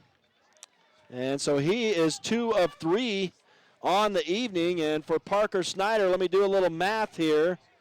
That's 150 yards on the button with that 89-yarder and the first TD of the night through the air for the senior quarterback for San Juan, making a 44-27 lead now with just under a minute to go. And the same thing I mentioned with San Juan's DBs, peeking in the backfield. When you've got a mobile quarterback that can move his legs and get out and run and scramble, he creates those situations because as a DB, you're like, well, I don't want him to gain 15, 20 yards on me, so I'm going to go make tackle, and that opens up those downfield receivers. And if those quarterbacks can keep their eyes downfield, square their hips, and make that throw, we've seen it, both teams have now done it, to where they just get those DBs to bite on that mobile quarterback. Yeah, he was in no man's land. The defender was in no man's land in between the two players there. And so Montella and Snyder were both wide open, and Snyder made the right call, obviously, with the throw, hit his man perfectly. Here is Halalilo having trouble again on a kick return. He does scoop it up off the turf, and he is battling. And what a battle back out across the 15. They were going to pin him down around the 10 or the 5, but Halalilo makes something out of nothing right there and gets a decent return. But now the clock not in the favor of Layton Christian. If you're the Eagles, maybe you just down it and go into halftime because you're going to get the ball right back to start the third quarter. But I don't know. The way these offenses have been so explosive, Stowers may take a shot here. Yeah, I think he will. He's got a quarterback that's mobile. He can move. He's just like San Juan. They're going to try to go for all the marbles here. But I think the returner, he got probably 3 yards north and south, and I think he got 34 yards east and west. He's a good runner. That time he showed it. She showed it sideways. That's right. All right, 1st and 10 for Layton Christian from their own 16. It looks like we'll see what they draw up here late in the first half And now down by 17 points is Layton Christian, as kind of quietly San Juan has stretched the lead with these 2-point conversions here, Art. And now have themselves a two touchdown plus lead. Couple guys in motion here for Layton Christian as they go deep in the playbook. Looked like they wanted to throw back and set up a wide receiver screen, but what coverage there by the Bronco defense. They all stayed at home. They all stayed disciplined. Miles had nowhere to go. Throws into the right flat over there complete, but no gain on that play. And a nice open field tackle by Jake Ivins there, not to let the receiver get any forward momentum. There is a flag down. Then this may not count. We'll see. And they're talking to San Juan coaches, so it's going to be against Layton Christian. And that ran the clock down to 36, just under 37 seconds to go in the half. So. Going to wave it off. Yeah. Inadvertent flag, I guess. Second down, and I thought it was a negative 2-yard play. Looks like that's where it's supposed to be. The chain guy having trouble, or the down marker. Now he's going to move it back. Negative 2-yard pass, complete to number 43 that time for Marcus Miles. That is Etuini Fuahala. That's right, Art. That's right. It's like almost calling it a just Utah rolls off the BYU tongue. game, huh? It just rolls off the tongue for me, brother. That's right. Just rolls off the tongue right well, there. You're a professional. Well, 100%. I don't know about that, but I did live in Hawaii for a time, so I got some of those I've seen Hawaiian pictures. / Samoan names. I've seen pictures. Yeah, it was that whale that you saw. Here's Miles, flushed out of the pocket yet again. Heaves it downfield, and that's going to be the first interception of the season for Brigham Nielsen as he slides down at the just on the Layton Christian side of midfield, and that's the first turnover of the game. And it goes against Layton Christian here on the interception. Yeah, and you've seen some adjustment here by the San Juan defense. They're playing a little deeper, they're paying attention to their zones a little more. I'm sure that Coach Byron has told them, hey, you can't be, you got to cover your zones. You got to get deep in those zones. And they're doing a lot better job of that this second quarter. Quarterback trying to make something for his team right before halftime. We'll see if I know Coach Christensen, he's going to be aggressive here. Well, they got great field position. They did spot it right at midfield. So Parker Snyder deep in the shotgun here. Now he'll step up a couple yards. And empty set. 5 wide receivers. They're just going to air it out. Parker Snyder throwing into coverage. A little hand action in there early. And is that Zach Conway intended? It was. Incomplete on the pass. But, yeah, I'm like you. I thought maybe a flag could have flown there. Well, I mean, it's hard to tell from clear up here. But the one thing that I look at when you're a defensive back, you can face guard in high school football now, so you don't have to turn and locate the ball. But where are your hands? Are your hands in his basket, they like to call it, or are they outside? And it looked like that time he was well inside the basket. Yep. Again, empty set. 5 guys spread wide and all. Keaton Ivins had that one for some yardage, but he tried to run before he tucked it in on, and so that fell incomplete. Back-to-back incompletions, and now 3rd down and 10 for San Juan from midfield. Down to possibly the final play of the half here, but I know the Broncos have their timeouts. I know they want to be aggressive, and that's their MO, but you don't want to give the ball back to Layton Christian with any time on the clock at the half. Right. Empty set again. And so 5 wide receivers, and Snyder is pressured. He has to reverse direction, and he gets the ball away deep toward the end zone, and that would have been a touchdown, but it's overthrown and incomplete to Tyler Pearson. 5 seconds left. That brings up 4th down. Yeah, I think you can run a 4th down play here and have no risk, unless you throw short incomplete, and there might be 1 second left. Yeah, I worry about you throwing that. You get a bad bounce, you get a bobble. They pick it up. If it's me, I tell Parker, hey, run this around. If they're wide open, throw it. If not, go run out of bounds. Let's go to halftime. They're definitely not. They're not laying up here, that's for sure. They do throw short to Brigham Nielsen. They set up a wide receiver screen, and he's going to go for about 8 yards, and that's the way the half is going to end. An 8-yard pass. Nice sportsmanship back here in the backfield between Parker Snyder and Brian Pongai for Layton Christian as they part ways as the siren sounds to end the first half. And what a first half it was. A 44-27 lead for the San Juan Broncos through the first 24 minutes. My goodness, a lot of offense, not a huge amount of defense until late in the half there. And so we'll send it to halftime. We'll take a break. We'll be back out here with some first half stats as we come back to the Spence Eccles Sports Complex in Ogden. first high school football game of the season. Friday Night Lights on Red Rock 92 and PictureItPalmer.com.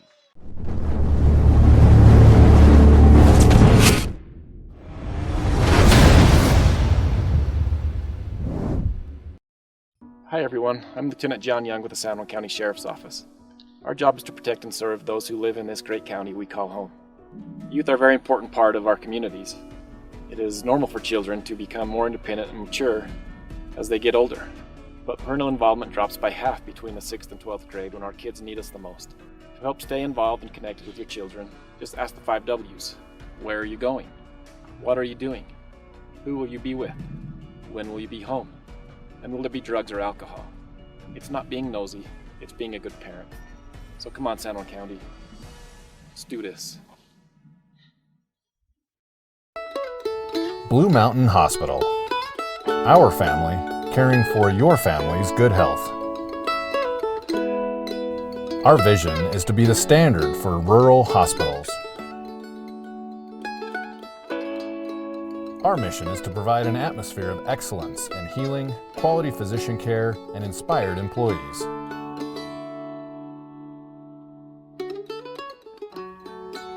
Blue Mountain Hospital.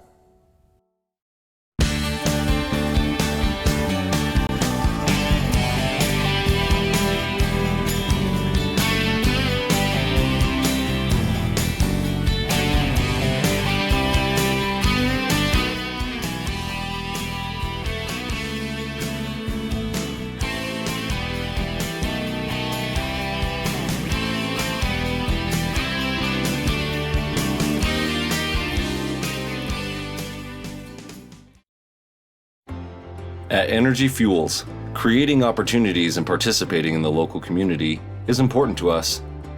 Thanks to our dedicated employees, we're safely producing critical materials that support cleaner energy sources and a better planet for future generations.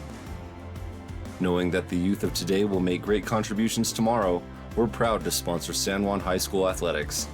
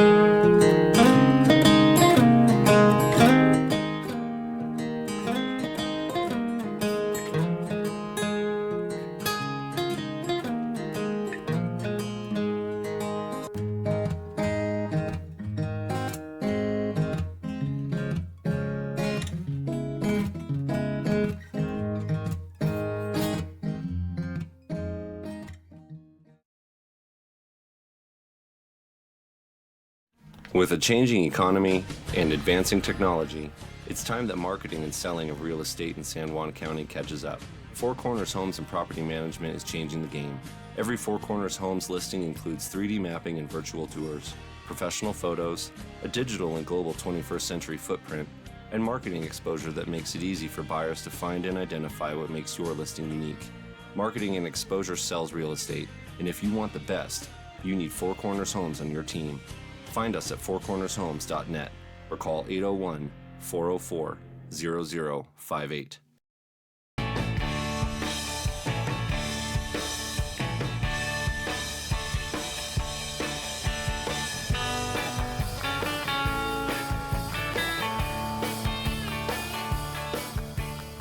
Complex in Ogden, Friday Night Lights on Red Rock 92 and PictureItPalmer.com. Rhett Sifford welcoming you back for the halftime show alongside Art Adair. And Art, it was an offensive explosion in that first half until just the last half minute or minute or so of that first half.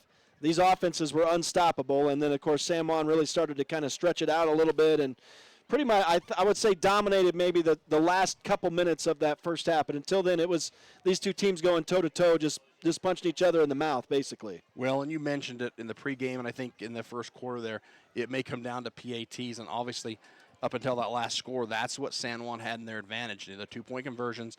Coach Sowers goes for a 2-point when he could tie it up and go for one, he chooses not to, so he gets a point behind, and then San Juan capitalizes on that. And those little things matter in football. And when you got two teams that are, as it looks in the first half, pretty evenly matched, it's going to come down to the little things you can squeak out. And right now, San Juan's doing just enough to get the little things. And I don't know if you noticed, that was a turning point when Coach Stowers went with that 2-point try to take the lead at 21-20.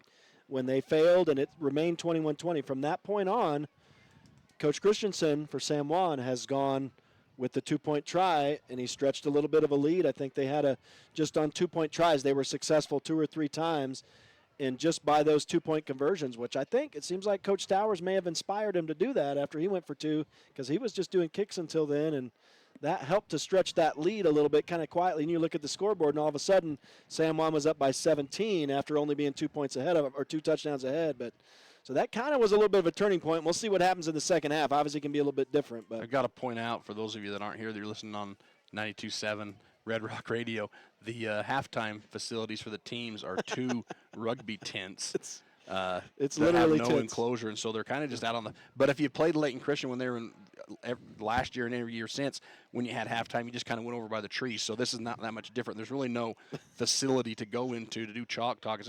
It's kind of like if you've been to a junior high game where they just go to each other's end zone and sit down and have a little talk and drink some Kool-Aid and Gatorade.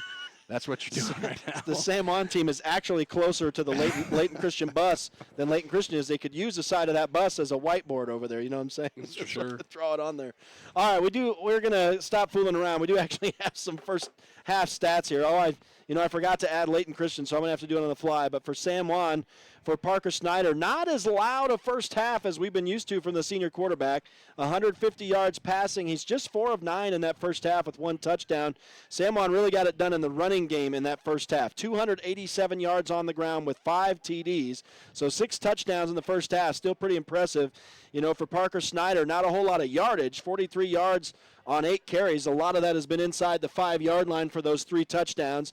But Zach Conway, what can you say? 2 80-yard runs in that first half, a 51-yard run, 2 touchdowns on the 51-yarder and one of the 80-yarders. He has 235 yards rushing. He was sucking wind by the time that buzzer sounded there at the end of the first half. Trace Bennett's got 1 carry for 9 yards in the first half, and that was a big one. That put him down on the 1-yard line to allow Snyder to go in and score on the very next play.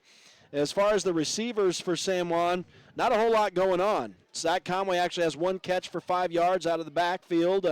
Keaton Ivins has a 50-yard catch. Brigham Nielsen a 6-yard catch, but the big one was the Javen Montella 89-yard touchdown catch, the only touchdown pass of the night for San Juan. Did you have something to say about San Juan? You look like you're chomping at the bit over there. Nope. All right, we'll go to Layton Christian on the stats, and I'm going to have to add this up on the fly for Marcus Miles. A fairly impressive first half. He was, it looks like, 7 of 16 for 199 yards. He was over 200 yards, but threw one in the backfield for a loss of yardage, and then the interception there late in the first half. So it went downhill a little bit for him, but he did late in the first half, but he did throw 3 touchdown passes in the first half, a 60-yarder to Elijah Ellis, a 29-yarder to Timmy Olabisi, and then a 25-yarder to Braden Bott. So those were the 3 touchdown passes. Trevor Halalilo, the running back, had a pretty good first half. 8 carries, 61 yards, and 1 touchdown. Let's see. Marcus Miles on the ground, the quarterback, also getting it done. 10 carries, 66 yards. He never ran the ball into the end zone, but he got a lot of yardage on the ground for this team, kind of just here and there, getting yardage, moving his team down the field. The receivers, Elijah Ellis, 1 catch, that 60-yard touchdown. Same thing with Timmy Olabisi, just the 1 catch, 29-yard touchdown. Braden Bott has 36 yards on 2 catches, including the 25-yard touchdown. Jaden Emmanuel, we finally got his name. He's wearing number 88 for Layton Christian, 1 catch for 15 yards. And then another wide receiver, let's see, number 43, we had his name, Etuini Fuahala. And he made 1 catch. He was the one who caught it in the backfield for -2 yards. So that's a look at both teams' first half stats. We're going to take another break, and we'll be back out here to maybe see if we can look. I know we got one other game in our local area going on tonight, Grand County opening against Milford, and that's it. And I think we actually already have a score there. It's Milford is right now spanking the Red Devils 39-0. Is that halftime? So Grand has their hands full with Milford tonight at home in Moab. So that's a look at our other score. We will take a real quick break. We'll be back out here in just a little bit for the start of the second half here in Ogden. Stay with us. It is the opening game of this 2023 season. San Juan leading the Layton Christian Eagles, these two state champions of last year. San Juan in the 2A, Layton Christian in the 1A. Both teams together in the 2A this year. And the Broncos on top, 44-27 right now as we get set for the second half. Stay with us. It's Friday Night Lights, live from Ogden on Red Rock 92 and PictureItPalmer.com.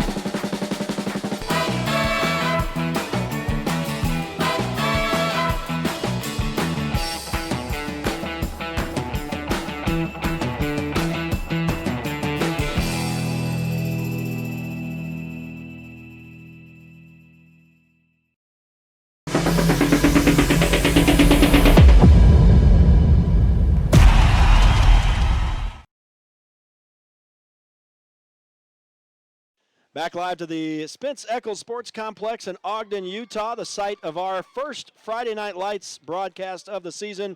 As we are at halftime now, the San Juan Broncos leading the Layton Christian Eagles 44-27. It was an offensive shootout in that first half. We're brought to you this evening in part by Four Corners Homes, Utah Navajo Health System, Main Street Drug, San Juan Credit Union, Tailor Made Wooden Heritage, Southeastern Utah 7-Eleven stores, and Innovation Medical Group. And Art's going to take it away for a minute. He's over there investigating some other scores around the state of Utah for us. So, yeah, some 2A scores to report. Right now, Emory up big on North San Pete, 45-0. Wow. Beaver up on South Summit, 27-0. Gunnison Valley, last year's 8-player champion, up on ALA, 26-22. ALA, That's a good game. That's a school good game. up here. North Summit beating South Sevier 21-6. Of course, you reported Milford up 39-0 on Grand. And then you've got North Sevier losing to Providence Hall 21-14. And then Summit Academy, they are up 17-14 on Taylorsville. And I believe Taylorsville's probably 5A. They're a big school up. Taylorsville is up in Salt Lake. You got Enterprise 27-0 over Judge Memorial, and Delta 14-0 over Parowan. So quite a few, zero scores out there in the 2A and 1A game crossovers tonight. Of course, this, was a 2A, 1A crossover game until LCA jumped up into the 2A ranks, and I think a lot of folks are happy. Yes. I think rightfully so about that. I think this is a beginning of a good rivalry. I think maybe this would be depending on how this goes this year, this would be a fun championship game, say at the end of the year, when these two teams are dialed in, maybe, and that would be a real showdown. But Emory's struggling tonight. Emory's winning. Oh, they're winning. Yeah, I thought you said they were trailing. No, okay. Emory's up I big misheard you. My North apologies. Sanpete. North Sanpete, I believe, is 3A, right? Okay, then that's not shocking to me now. 45-0. So. I was a little surprised. I thought you said it the other way. Emory's going to be a handful. And yeah, Beaver drops down to 1A, and they're beating South Summit, a 2A team, 27-0. So Beaver, that's going to be Beavers to lose in the 1A. Yeah, that's right, and we knew that. I think and I was a little disappointed. I think that they moved down, and they've been a fun foe in the 2A. It would have been fun to have still had them in the 2A this year, but that's how it goes in the UHSAA. Well, I tell you, if LCA can build off the first half and second half, and whatever happens with the rest of this game here, and they can clean some things up, some penalties and other things. This quarterback, this young man, this transfer Miles, man, he's a gamer. And he's got a good supporting cast. That's here right, as well. and I think that they have now just moved into that upper echelon of the 2A, just barely being in it. And they've got some good coaching and some steady coaching now too. So good for Layton Christian. It's good to see these guys. They've had so much turmoil over their 19-year history. They may have arrived a little bit here. So San Juan's going to kick it off, and we're underway in the second half. This ball, San Juan's been doing a good job of squibbing it here, giving Layton Christian's guys a tough time. There's a good move to the outside, though, and now a major hold is going to bring whatever happens back here. That was a pretty obvious hold right at the spot of the run back, so that is going to come back. But it was a decent return going on for Braden Bott there, spoiled by that penalty. And that'll bring it back around the 20-yard line for Layton Christian, so it's going to be a fairly normal start after all the noise. Yeah, number 22 for the Eagles down there. Just couldn't control his guy, couldn't see who was on him for the Broncos, but, decides to hold him instead of seeing what his runner can do with the ball. But, yeah, Jayton Knight's been doing some squib kicking out there for the Broncos. Yeah, I think after Layton Christian managed a couple of real good returns, the Broncos called that audible and have done that since, and I think it's worked out. In fact, that weird touchback was weird. Well, they had Conway out there kicking to start the game, right? And now they went to Jayton. Right. And good move because you want to give Conway a break here and there, get him off the field, keep his legs fresh because he's a horse. All right, so I'm going to move. Art loves this. Art always made comments about me with my 4-color pins. This past year I invested in one pin that has 4 colors in it. I love it. I knew Art would appreciate it, so I have to hit my blue button here to move over to the third quarter. And what happened here? Did they fumble the football? No, just a gang tackle in the middle. Good stop by San Juan as Halolilo not going anywhere that time. Yeah, just a dive off the right side, and for the first time in a lot of plays, right. San Juan's interior defensive line were able to make that first stop and not bounce off, not arm tackle, square him up. It was a great form tackle by the defense there, and then they rally and they're able to stop him and come out fired up, hopefully, right here and get a good stop. Yeah, it looks like he got 1 yard on that play, so 2nd down and 9 from the 21. That was exactly right. They started at 20. Miles, the pocket closes in on him, and for the first time tonight, the Broncos get to him and bring him down, and it's big number 55. I think that was a sack. Taylor Black, I don't know. He was running back up to the line of scrimmage, but I think technically that's a sack. So Taylor Black registers the first sack of the season for the Broncos, and it's a loss of 4. And for you that didn't see that on Pitcher at Palmer, listening on the radio back home, Taylor was double teamed on that too. He fights through a double team with a nice swim, gets skinny. For a big guy, he got skinny, found the gap, and is able to make a sack. Just double team to a sack. You can't ask for anything else out of your big senior lineman. That's a big play. That forces 3rd down and 13 now for Layton Christian, deep in their own territory, inside their own 20. Miles going to look to go to the air. Throws over the middle, and it's nearly picked off right through the hands of Brigham Nielsen. He almost had his 2nd of the year. He should have had his 2nd of the year, and he knows it. But the incompletion does bring up a 4th down and a punting situation for the Eagles. Yeah, that Layton Christian receiver, number 1, he didn't even look for the ball.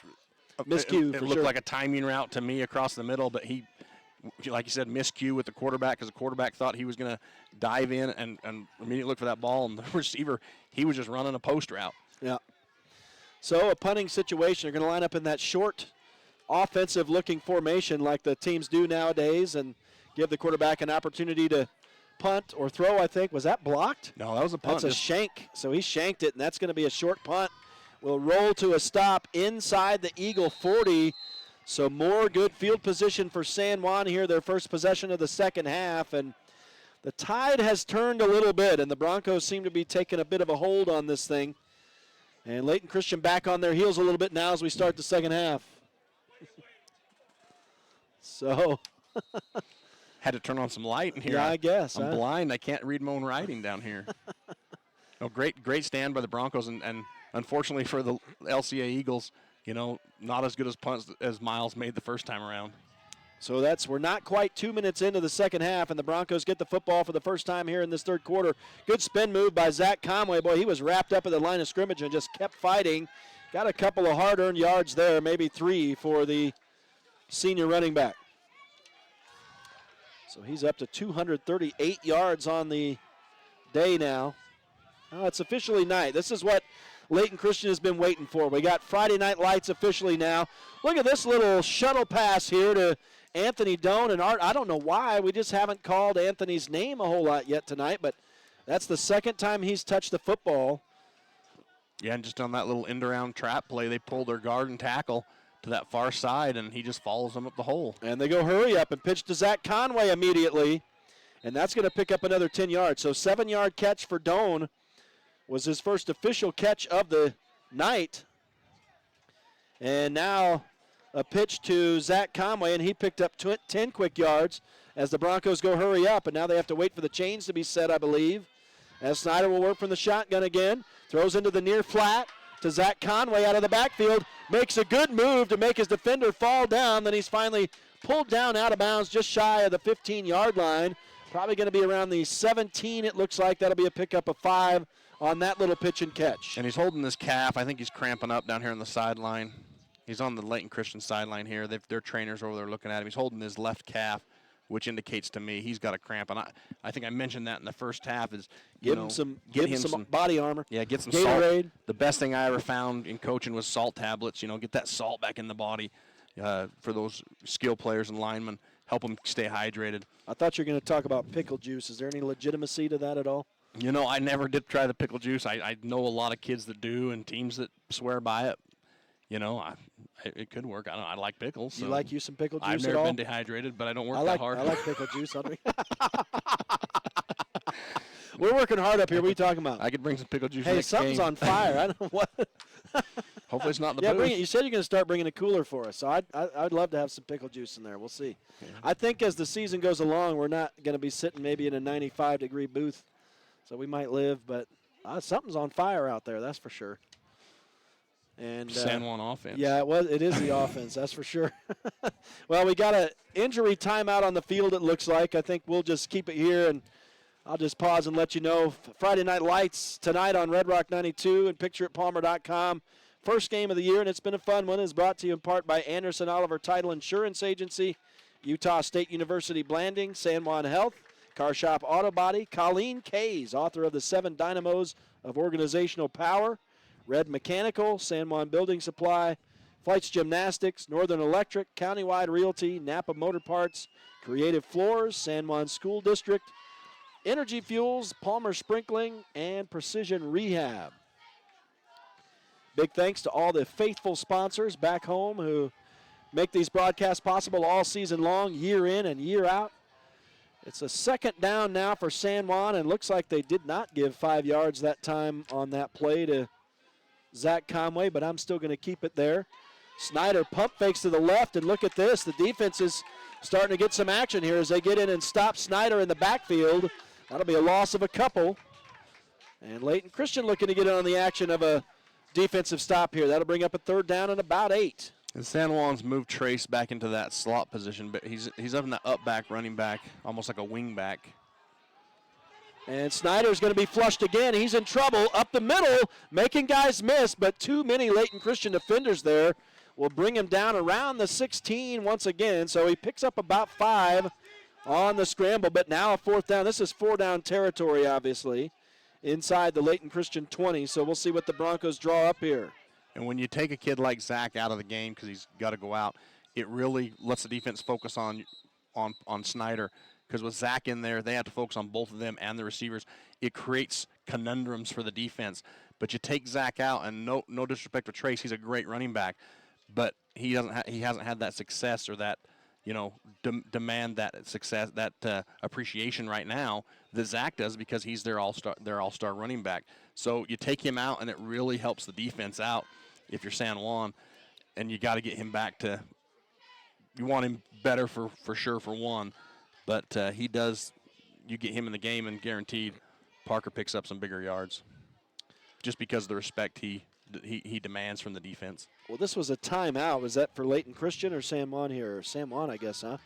On 4th down and 5 at the 16 of Layton Christian, trying to figure out what they can do here. Maybe punch it in. And they're not going to line up in a field goal try here. It'll be straight offense. So Parker Snyder working from the shotgun.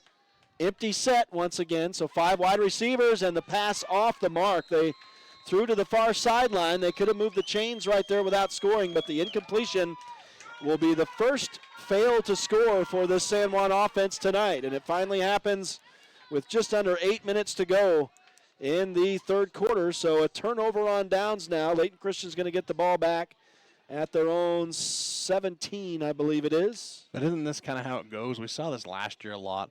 You get these high-powered offenses that come out and they just light it up in the first half, and then for some reason at halftime it just kind of takes a lull, and then they try to work themselves back into it. And right now you're seeing both offenses kind of struggle to get something going here in the second half. I told you the second half changes things. That's right. It always does, and just a whole different thing. And I don't know if you remember last time these teams met, the first time they ever met, there was a lightning delay. Yeah. And after that lightning delay down in Blanding, Layton Christian came out and came back on San Juan. It was a completely different ball game from that point. Here they throw to the flat. It's complete, but not for much yardage as Miles connects with Timmy Olabisi again. Olabisi. That'll be a pickup of about 4. Nice job by Anthony Doan getting in there and making sure he didn't get any more yards than what he already had on the catch and making a nice stop. Miles back over 200 yards with that completion, and that's 33 yards receiving for Olabisi. And the clock is still running. He didn't get out of bounds, so under 7:20 now to go in what has been an already quicker third quarter than what we've seen in the entire first half. This game has been entirely played now on the Layton Christian side. Oh, and that ball is on the ground. Miles scooped it, I think, and tries to get some yardage up in deep traffic there in the interior line, and he's lucky to avoid a turnover. It's going to lose a couple yards for the Eagles. And he's had a couple of those snaps. I think that's probably the third one tonight that's kind of gone awry. And he's been able to scoop those up and make, maybe not a lot positive, but retaining the ball is a positive in itself.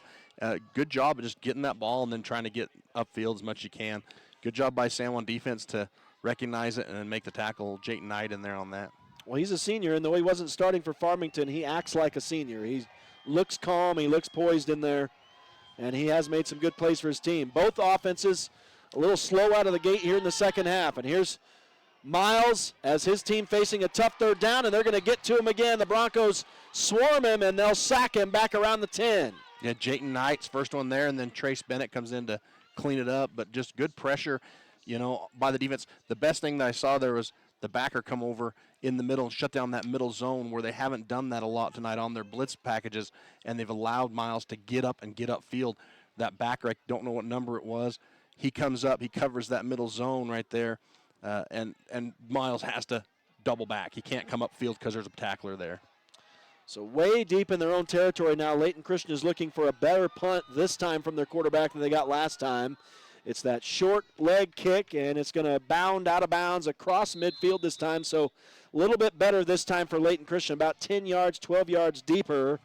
And San Juan will start on their own side of midfield, but they'll be at their own 47 to begin here with 5:41 to go in the third quarter, still leading 44-27. Want to welcome you in tonight to Friday Night Lights on Red Rock 92 and pictureitpalmer.com. Brought to you in part tonight from the Spence Eccles Sports Complex in Ogden by Lee Contracting, Desert Rivers Credit Union, Holiday Construction, and Quality Auto. Big thanks to all the sponsors. As Parker Snyder brings him to the line of scrimmage, his pass in the flat here was knocked away, and boy, Elijah Ellis in the backfield quickly to get a hand on that. If he'd have somehow been able to secure that, he'd have been gone. Yeah, I don't know how he saw that, but he jumped that route really quick, and he right there from that D-end position, he just came right in there. He's a big, tall kid. He is tall. It looks like an outside linebacker. One of those basketball guys, you said, I think. And here's Parker Snyder on the QB draw. It's designed, and it's going to get a lot of yardage for San Juan. Snyder reverses direction, and he's inside the Layton Christian 20. That's a big run from the San Juan 47 all the way down to the 15. Yeah, and if you're watching, you go back and see that the whole middle of the field opened up because of Parker's ability to run, and there's just no one there. He sees that, and he just steps down in, and instead of cutting it outside, he gets as many yards as he can. That's his biggest run of the night, and now San Juan going backwards here as Zach Conway. Was that a pass or just a handoff? It was a little forward pitch, so it's considered a pass, but, yeah, good job by Layton Christian after a big play getting back and able to come through and stop that. So after the 38-yard run for Parker Snyder, this one goes negative yardage to the tune of, we still don't have a spot. Looks like it's going to be a loss of about 7 on that pass. So a negative 7-yard completion for Parker Snyder to his running back, Zach Conway. So that hurts the stats a little bit.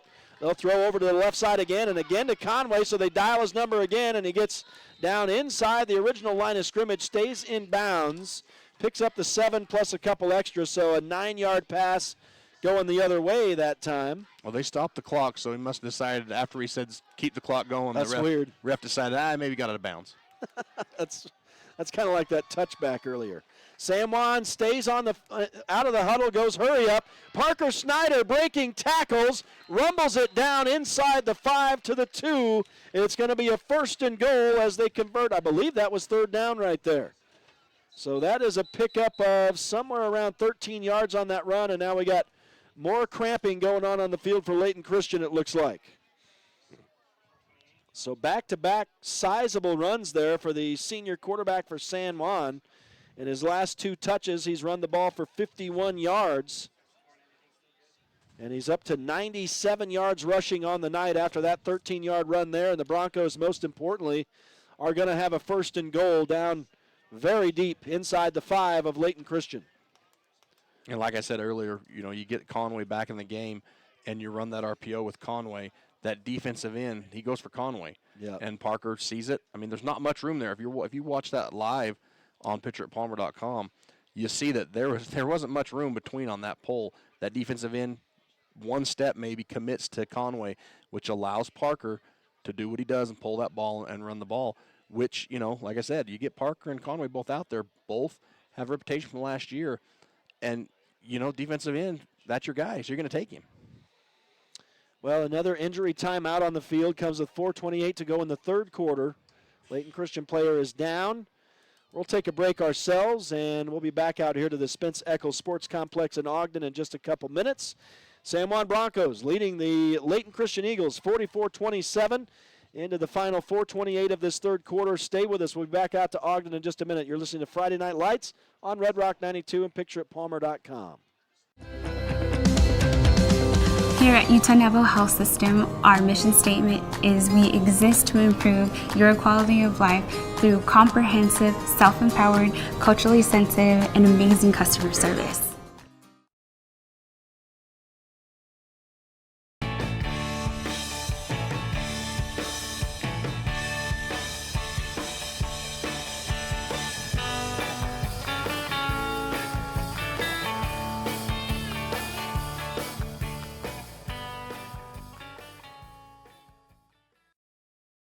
San Juan Credit Union. Your money, your future, your credit union. We have branches available in Blanding, Monticello, and Bluff. Come on down and see us.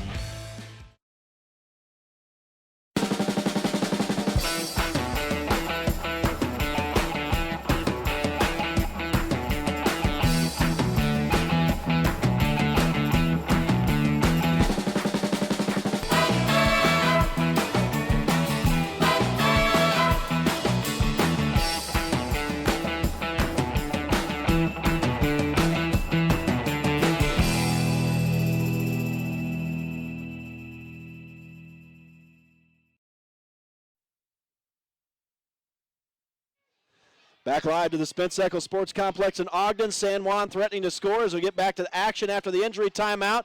The hand goes to Conway. The ball may be loose down on the 1. I think Parker Snyder picked the ball up on the fumble. Conway did, in fact, drop it. And the Broncos live to fight another day down there. That was a moment of scaredness for San Juan, and they'll go hurry up here as they go right back to it. 2nd and goal. Conway takes the fake this time, and Snyder keeps it, goes into the end zone, and scores his 4th rushing touchdown of the night. Yeah, I didn't mean to. I meant that he took a fake, and everybody went to Conway, just like you said, Art. And Parker Snyder was left all alone to spin around the outside of that right guard and go in untouched. Yeah, great recognition by Parker there. That all happened so fast, and he recognizes that they went with Zach, and he just takes it. And he's got open field. He didn't even get touched walking in the end zone. No, and that's his 4th rushing touchdown. And they're going to go for 2. And so let's try to add to it here. Slipping, but scampering still into the end zone is Parker Snyder to complete the 2-point try. So the Broncos will increase the lead to, I think it's going to be 54-27. I'm wrong. Is it 52? Is that the correct score up there now? Well, yeah, 52. So they'd already switched it. So 52-27. So the Broncos starting to stretch the lead a little bit here now. So it's been I think if you look at what we were used to from Snyder last year, a little bit quieter in the passing game, but he is getting it done in the running game today. Obviously, he's getting his number dialed down inside the 5 a lot, but he's made the most of it. He's punched it in at will so far tonight against this Layton Christian goal line D. Well, we talked about it a little bit in the pregame. You know, he lost a lot of weapons on at wide receiver. And if you watched the 2A All-Star game, you saw those guys, Neves and Baker, just out there in that 2A All-Star game doing things they did all year last year as studs. And so sometimes you have to get your younger receivers, even though they're seniors this year and juniors that are stepping in those roles, sometimes you got to get them an easier game, you know, and this is one of those games that's been tough. Parker's been off a little bit. He's overthrown some. We've had a receiver drop the ball a couple times. And so, you know, sometimes you got to recognize that as a senior quarterback and say, you know what, we're going to have to take baby steps here with these receivers a little bit. You know, Doan, we haven't seen him a lot. No. But when it's working, so just keep that two-headed beast in the backfield going. This time San Juan legitimately kicks it away, and that'll roll into the end zone or bounce into the end zone for a touchback.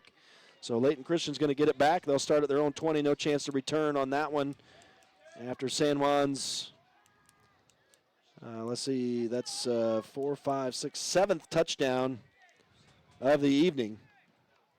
And now the 52-27 lead. So they're basically doubling up Layton Christian at this point when this game was so close through the first half. Thank you. You know, football's a game of staying the course, you know. Mm-hmm. We saw it in the first quarter, just blow for blow, second quarter, blow for blow. And it's just doing what you do and not getting, you know, I guarantee at halftime their coaches weren't over there yelling at these kids. They were over there encouraging them, the good things you're doing, keep doing those things. So the Layton Christian offense is back out, and they're going to get some production right here on a nice little run from Trevor Halalilo, the man who's done most of the work at the running back position for the Eagles tonight. And he's going to move the chains on a nice little 12-yard run right there. Right off left guard that time. 74 yards rushing for him now on 10 carries, so he's averaging just under 8 each touch. This time he's wrapped up right at the line of scrimmage and pulled down at the 30. So that's actually going to lose a yard on that little dive. Yeah, nice blitz there, dialed up by Coach Bowering. You got Jake Ivins coming in there alongside Jordan Duke from their backer positions on a nice blitz to get in there.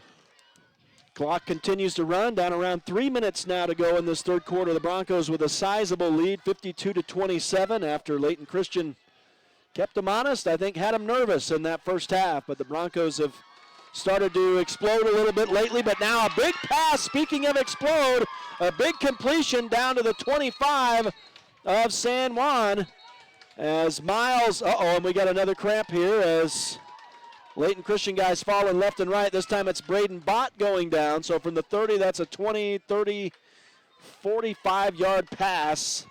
So Marcus Miles shows back up after being quiet to this point here in the second half. Yeah, and luckily for San Juan, the receiver had to come back for that ball, had to stop a little bit, come back, to make the catch, which allows Brigham Nelson the ability to catch up and make that tackle. If he throws that in stride, that's 6. Yep.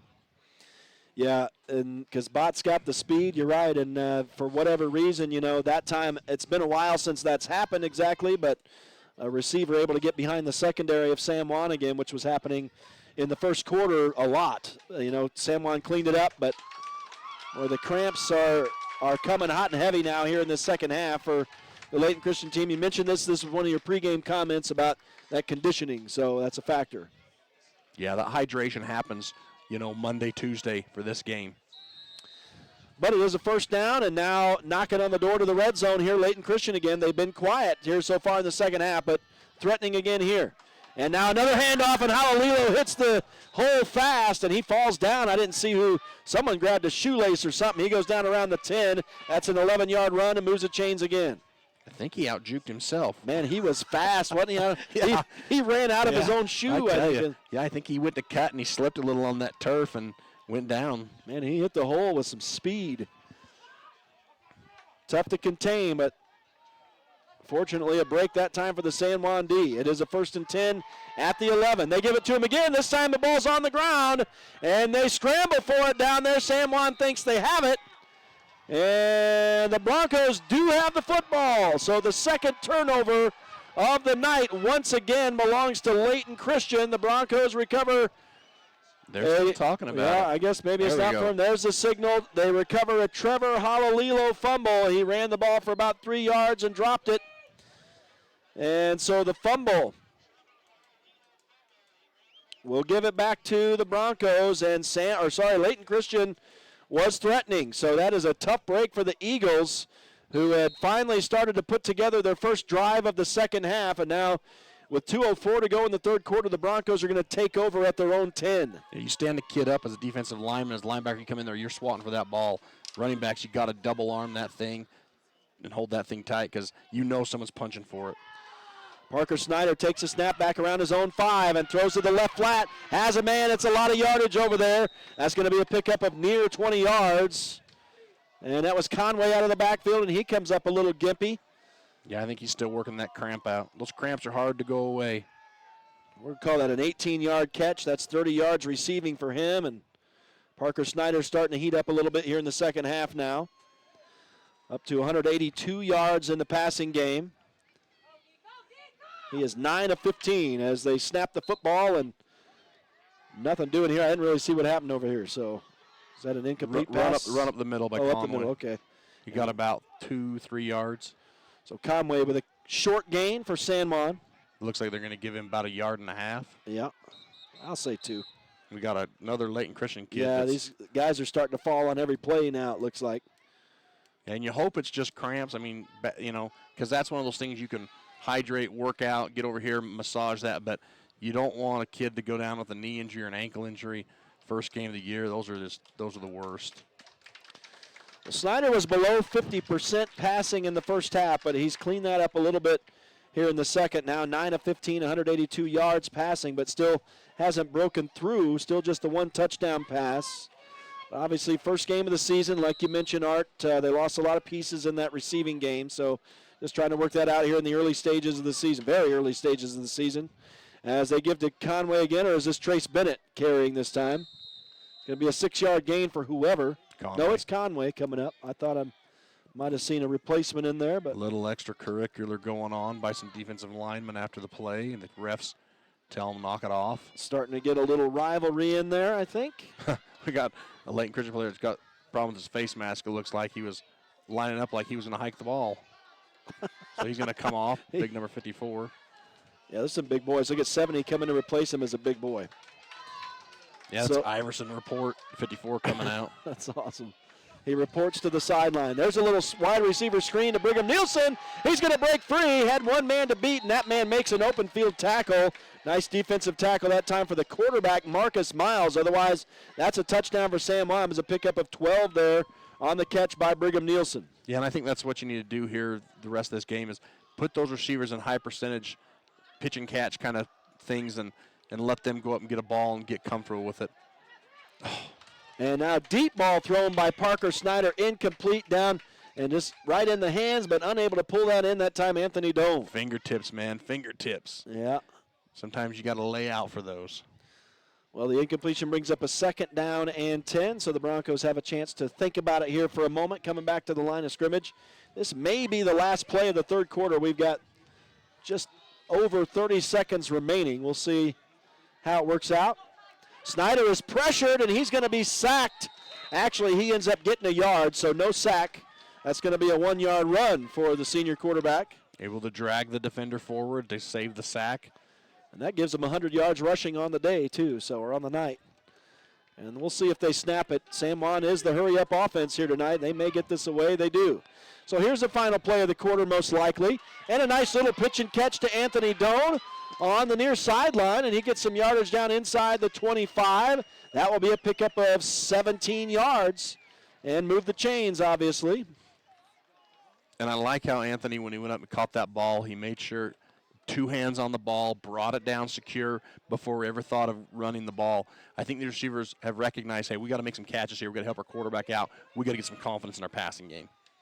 So they go right back to it. Snyder this time on the QB draw, though. Goes to the left side. He's got some room. Not a whole lot of pursuit here for Layton Christian yet. He's going to go down inside the 20 to the 18. That's a pickup of another 15 yards. And now some more extracurricular over there on the far side. And a big block out there by Taylor Black, number 55 for the Broncos. He gets out there. He goes and gets that Mike backer, pulls out, able to take him on, which gives Parker the advantage to see the whole field, and is able to run up behind him, cut off his backside, and pick up some big yards. Great blocking by Black, number 55. And that is how the third quarter comes to a close. It's a 52-27 lead for the defending 2A state champion San Juan Broncos over Layton Christian through 36 minutes. We'll take one more break. We'll be back out here for the start of the final frame of play here tonight in the opening game of the 2023 season. Stay with us. It's Friday Night Lights on Red Rock 92 and pictureitpalmer.com. Hi everyone, I'm Lieutenant John Young with the San Juan County Sheriff's Office. Our job is to protect and serve those who live in this great county we call home. Youth are a very important part of our communities. It is normal for children to become more independent and mature as they get older, but parental involvement drops by half between the 6th and 12th grade when our kids need us the most. To help stay involved and connected with your children, just ask the 5 W's. Where are you going? What are you doing? Who will you be with? When will you be home? And will there be drugs or alcohol? It's not being nosy, it's being a good parent. So come on, San Juan County. Let's do this.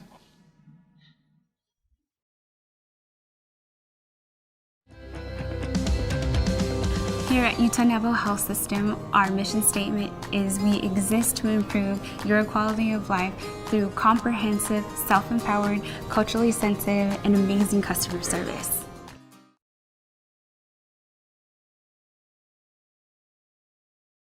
San Juan Credit Union. Your money, your future, your credit union.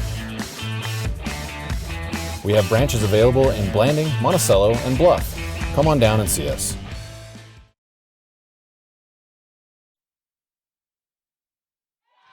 Back live to the Spence Eccles Sports Complex in Ogden as we're underway now in the fourth quarter.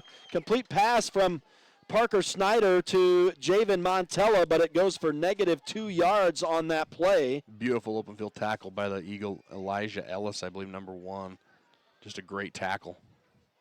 So Montella makes the catch, but it goes backwards, so bring up a 2nd down and 12 now back at the 20-yard line of Layton Christian. Snyder throws to the goal line. It's incomplete. It's a pretty tight defense over there by the pylon for Layton Christian. Looked like that was is that 17 to knock it away? I don't have him on the roster, but it looks like 17 to me still. I could be mistaken. No, that's definitely 17, so that's a guy we don't have. And a nice defensive play for him. And the incompletion brings up a 3rd down and 12 now for San Juan. Snyder works in the empty set here. 5 wide receivers. He's pressured, throws over the left side. It's complete to Brigham Nielsen, but he had to slide to make that catch, so he's unable to run after the catch at the 15. And that was a pickup of 5 yards. Yeah, and 4th down here, you only got to pick up the 1st down, so get that 1st down. If the touchdown's wide open, take it. If you can run for it, go for it, but look for the sticks, look for that, move the chains. So it is a big 4th down. Obviously now a little bit of a broken play. Parker Snyder makes something out of nothing. He runs it down to the 3-4 yard line and moves the chains. What in the world happened there? That was the old Fumblerooski type fake. The players seemed a little disjointed there. Yeah, Parker turned around, I think, to pitch the ball to Conway. And Conway, I don't know if he didn't know if he didn't hear the cadence, the snap count, or what, but he was just kind of standing there like, hey, are we going here?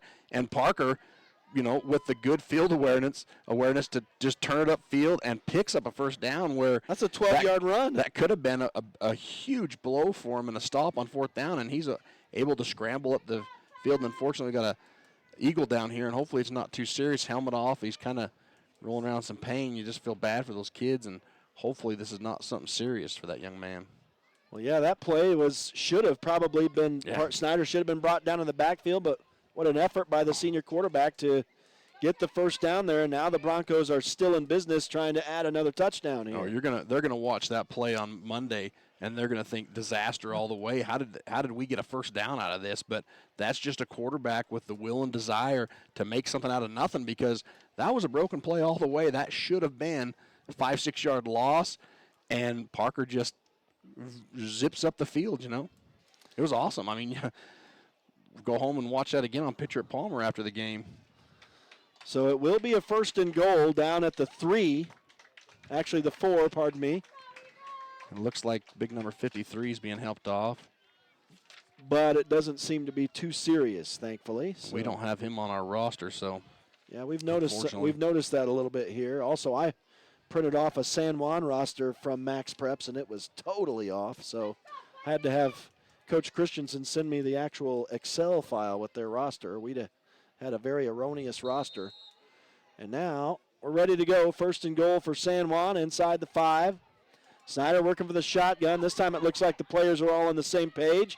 But Conway runs into a wall of both Layton Christian defenders and San Juan linemen and unable to get any positive yardage there. In fact, he goes back a yard. Yeah, the Layton Christian defensive line and backer core there, they just got a better push than the Broncos. Anytime you look up and you got your offensive lineman looking back at the play, that's not a good thing. Right. Layton Christian blew it up. So they'll try again on 2nd and goal. Snyder, this time will throw to the left side. It's complete. Just back to the line of scrimmage, though, ultimately. Maybe down an extra yard down to the 2 to Anthony Doan. It'll be 3rd down and goal. So we'll call that a 3-yard pass to Anthony Doan. And the Broncos face a 3rd and goal from the 2. This has been the place that Snyder has run it into the end zone all game long, but I get the impression they don't. Well, they do. He pumped it to the left and just took it himself on the run-pass option. And goes in for his 5th touchdown of the night on the ground from 2 yards out. That's been pretty much his mantra tonight. Up to 129 yards rushing and 5 touchdowns on the ground for this senior quarterback to start the season. And that does make it 58-27 now, starting to look. I don't think this game has necessarily been a blowout, but it is starting to look that way now just on the scoreboard. And Layton Christian just, I think, out of gas here, Art. It's just like you said at the beginning of the game. The Broncos just, I think, maybe the better conditioned team and able to outlast right now Layton Christian. And you look at a smaller roster over here for Layton Christian. They're still battling, though. Yeah, I think, I think it's just come down to that. It's come down to the fact that San Juan, they run that high-profile, high-paced offense. You've seen Layton Christian, the 2nd quarter, 3rd quarter, 4th quarter, they're huddling up. They're not getting on the ball and calling it from there. And so anytime you get an offense that is that much better conditioned this late in the game, you're going to see these kind of disparities between the two. Obviously, you've got more players there, but San Juan kind of is one of those teams, they bring a lot of kids. I mean, they've got some freshmen over there. I know those kids from junior high last year. Mm-hmm. They're not getting in this game, I mean, we want to get a 9th grader hurt in this game. But I think it's one of those psychological things, you bring and it works and it works. So, good deal. San Juan, they've just come out and they've just done a lot better job the second half. Yeah, I think that's why, obviously, as Layton Christian, a flag comes out during the return. Layton Christian has a tough time fielding that and then just absolutely upended is the returner, number 12. That's Sonny Talanoa, and we haven't called his name a whole lot. He's supposed to have been one of the regular running backs, but. And Jagger Neves, number 2, just decleated him and de-helmeted him. I mean, his helmet came off. That kid, Jagger, he gets up, he's hooping and hollering. He's a sophomore, and he is excited to be in this game. So that's just kind of what you just mentioned a little bit. Yeah, I think, Art, that's why, I mean, you got to understand, obviously, the game is not 12 minutes long. It's not 24 minutes long. That's what we're seeing here in the second half. It's a full 48-minute game, so it takes its toll. It takes its toll, especially in the second half. And the second half has been a completely different animal than what we saw in the first half. And Layton Christian just kind of slow out there right now, just obviously down this deep now, down by 32. Not a whole lot of life at this point in the legs, it looks like. And Marcus Miles will take his position in the shotgun as they spread it. I think there's a different man in the backfield. No, it's still the same man. He's going to throw deep, and it's going to be intercepted, but there is a flag down here at the point of the interception. If it stands, it's Brody Bilbo with his first pick of the season and would be the third turnover of the game, but I think it's going to be negated. It's pass interference, it looks like. Yeah, it's going to be pass interference on the Broncos. So that will give Layton Christian a first down instead of a turnover. So that's a nice turn of events for the Eagles. And I think, I'm not sure exactly where this is going to be spotted. Well, it goes back to the original line of scrimmage. So then is it a 15-yarder? Or? Yes. It's a 15-yarder. So that'll come inside right around the 40. So they're going to put it at the 38.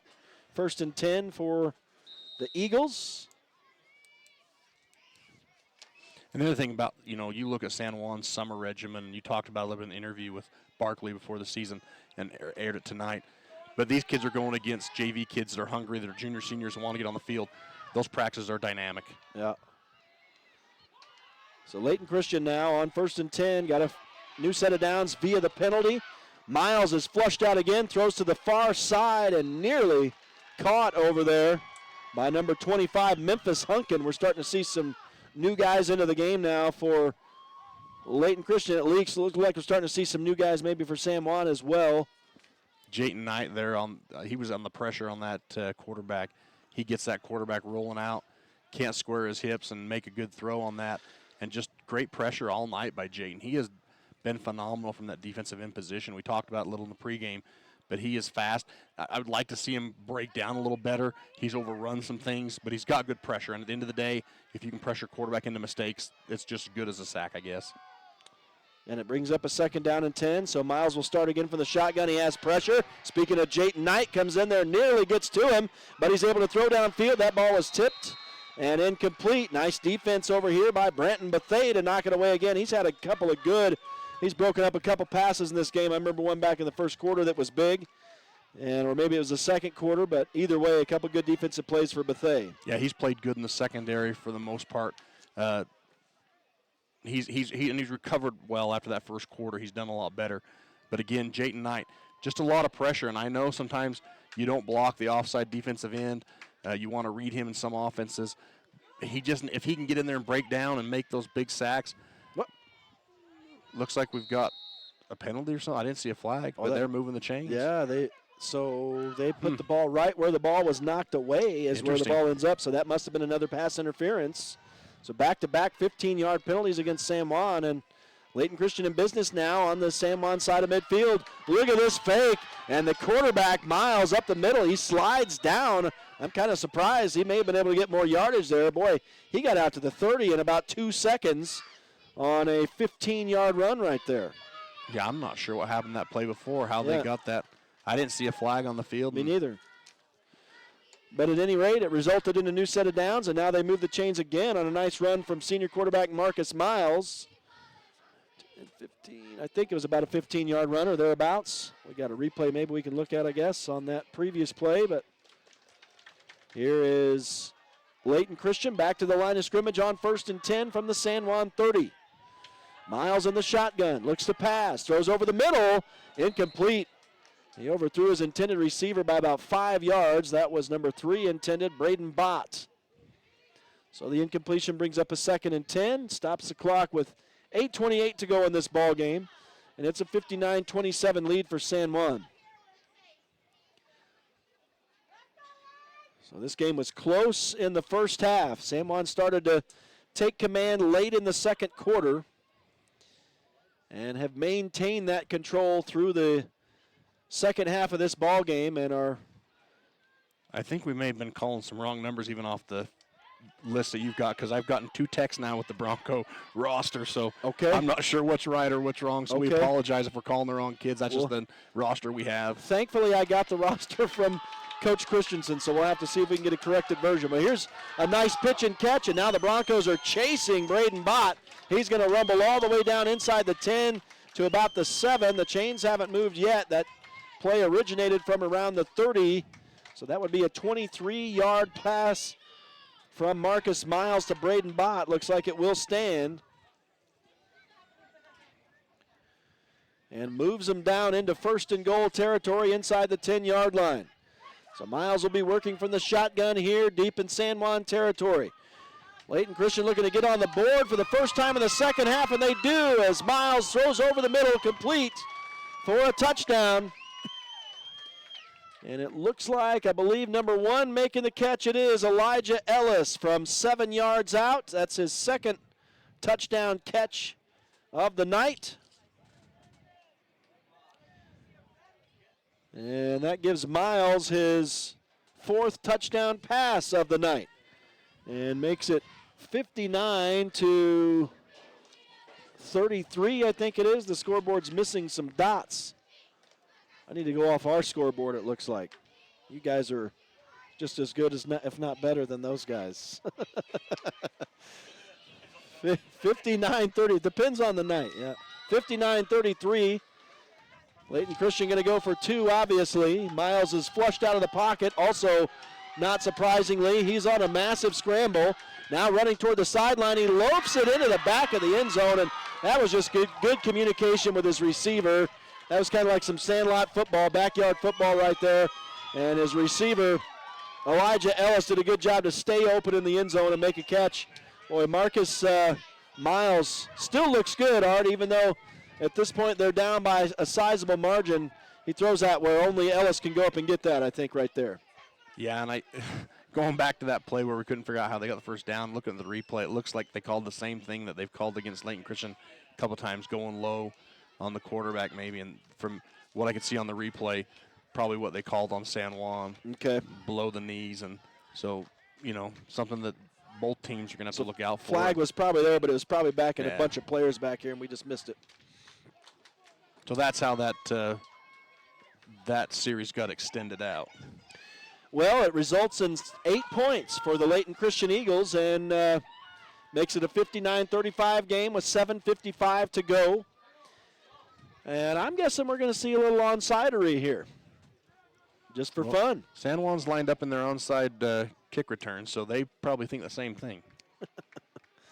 I mean, you got to if you're Layton Christian. There's nothing to lose here at this stage of the ball game. So it'll be Olabisi to kick it away. No, he's going to bomb it out the back of the end zone again, so never mind. Well, that didn't get to the end zone. It's going to be returned. I think folks didn't think that play was going to continue. And a good return for San Juan out around the 30. That was an interesting play. Yeah, that bounced at the 1. Right at the 1 and just died, yeah. And who is it? Was that 6 or 8 return? Number 0. That's Bethea, Branton Bethea on the return. So he makes a good defensive stop that ended up kind of being moot since Layton Christian scored, and then Bethea gets back at him with a nice 29-yard return out to the 30 right there.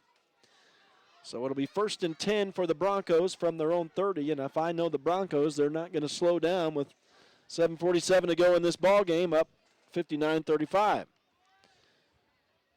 I mean, if you slow down right here and give Layton Christian a chance to climb back in this, it could start getting ugly. So Broncos just got to keep being offensive, and that's a good recipe for success. As Snyder completes it over on the far side to what looks like a first down for 11 yards. Who makes the catch over there? Is that Keaton Ivins? If he'll turn around, it's number 5. It is Ivins, looks yeah, like. Keaton Ivins. So he targets the senior. That's his second catch of the night. And that's a high percentage pass route right there. You get your quarterback in a rhythm. You get your receivers' hands on the ball. And if I'm San Juan's coaches, I'm coaching those receivers, running backs, Parker up. Hey, double clutch that ball because Layton Christian's going to be looking for a turnover here. So hold on to that rock. Snyder will hand off this time to Zach Conway, who bounces it to the outside, and that didn't give him any extra yardage. Good pursuit defensively by Layton Christian. They pull Conway down at the San Juan 45. It was a 4-yard pickup for the Broncos senior. Right before that ball was snapped, you reminded me a little bit of Johnny Cash, Art. Get a rhythm. Yeah, I'm a fan of running the ball right here. You do two things. One, you get some rhythm.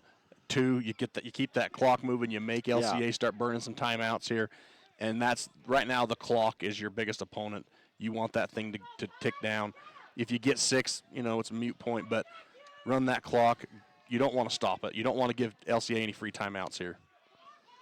Snyder will fake the handoff this time and sling it to the right side on a little wide receiver screen to Ivins again.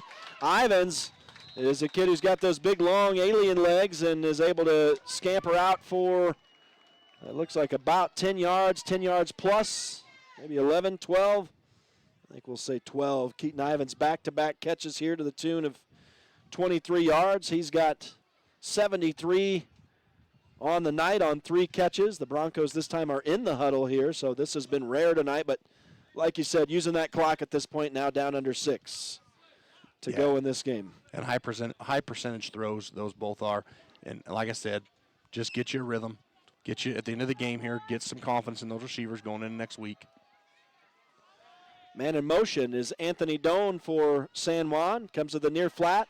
Snyder hands off, and Conway is off to the races on the far side. He goes into the end zone and scores again for the Broncos. That is his 3rd touchdown rushing of the night, and I think that one originated from right around the 40-yard line. I needed to see a replay, I think, on that, but I think that's a 40-yard run or thereabouts. We might be able to get a replay on that and find it, but I'm pretty sure it was close to 40 yards on the run there for Conway for his 3rd touchdown of the night. And that's set up by those little quick passes, the little bubble screens, those little dig routes by those wide receivers, because now the defense starts thinking pass. It opens up your running game. It was a 41-yard run, so started from the 41 for his 3rd touchdown. I didn't see what happened here to the PAT. Yes. It was good. Number cool. 15. So that is Everett Nielsen. He is now 3 for 4 on the night. He hasn't had a lot of action. They've had a bunch of 2-point tries here. But for Zach Conway, that is now 300 yards rushing, exactly, unofficially. Wow. On the night, and 3 touchdowns. So it's been an impressive night for the senior running back for the San Juan offense. And those 300 yards, they come on the back of those 5 offensive linemen. Yeah. He's gonna need an ice bath after this, but he probably owes them, steak dinner. Those linemen would probably be happy to give him that. Friday Night Lights on Red Rock 92 and pictureitpalmer.com with San Juan in command. 66-35 now, 5:31 left to go in the game, and we're brought to you in part this evening by San Juan Pharmacy, Abajo Adventures, Canyonlands Tire, Diamond Propane, Knowles Home Furnishings, Utah Foster Care, USU Blanding Health Professions, Blue Mountain Hospital, and Primary Residential Mortgage as the Broncos get set to kick it off again. And this is a semi-squib kick, but it takes a nice bounce for Layton Christian. They'll have a chance to return it. Look at that. They bunched him up, and then bouncing to the outside is Braden Bott. Now down the sideline he goes, and he's going to finally be drugged down over here by Stetson Black, the sophomore for San Juan, but a nice return out to the 40 for Bott for Layton Christian. So they'll start at their own 40. That's right from where Zach Conway just ran the ball into the end zone for San Juan going the other direction. Oh, a little bit of a hot potato over here for the ref on that football. Now they'll get it out there and set. We're down to 5:21 to go in this game. Brought to you in part tonight by Monson's Quality Meat Processing, Four Corners Electric, Jones and DeMille Engineering, Bradford Tire, San Juan Counseling, and Lee Collision Repair and Restoration. You got some sophomores in the game now, and right there it shows on on that line. We got a bunch of sophomores in there, and they're fired up. They wanted to knock some heads, but you got to wait for the ball to be snapped in there, boys. Yep. Well, that one kid has got some serious untuckery going on there. Looks like number 74 is wearing a dress out there for San Juan. That's Xavier Hancock. Want to throw him under the bus. Looking good out there. That's those big old hog mollies in there for us. So Layton Christian moves ahead 5 yards on the encroachment by the San Juan D, and now, boy, they hand the ball off, and one man to beat down the sideline, rumbling into the end zone and scoring from the 45, I believe it was number 9, the running back for Layton Christian, Trevor Halalilo, the sophomore. You put the underclassman in on this kid, and he makes you pay right there is what happened. So a big, let's see, that was a 55-yard touchdown run for Halalilo as he breaks free.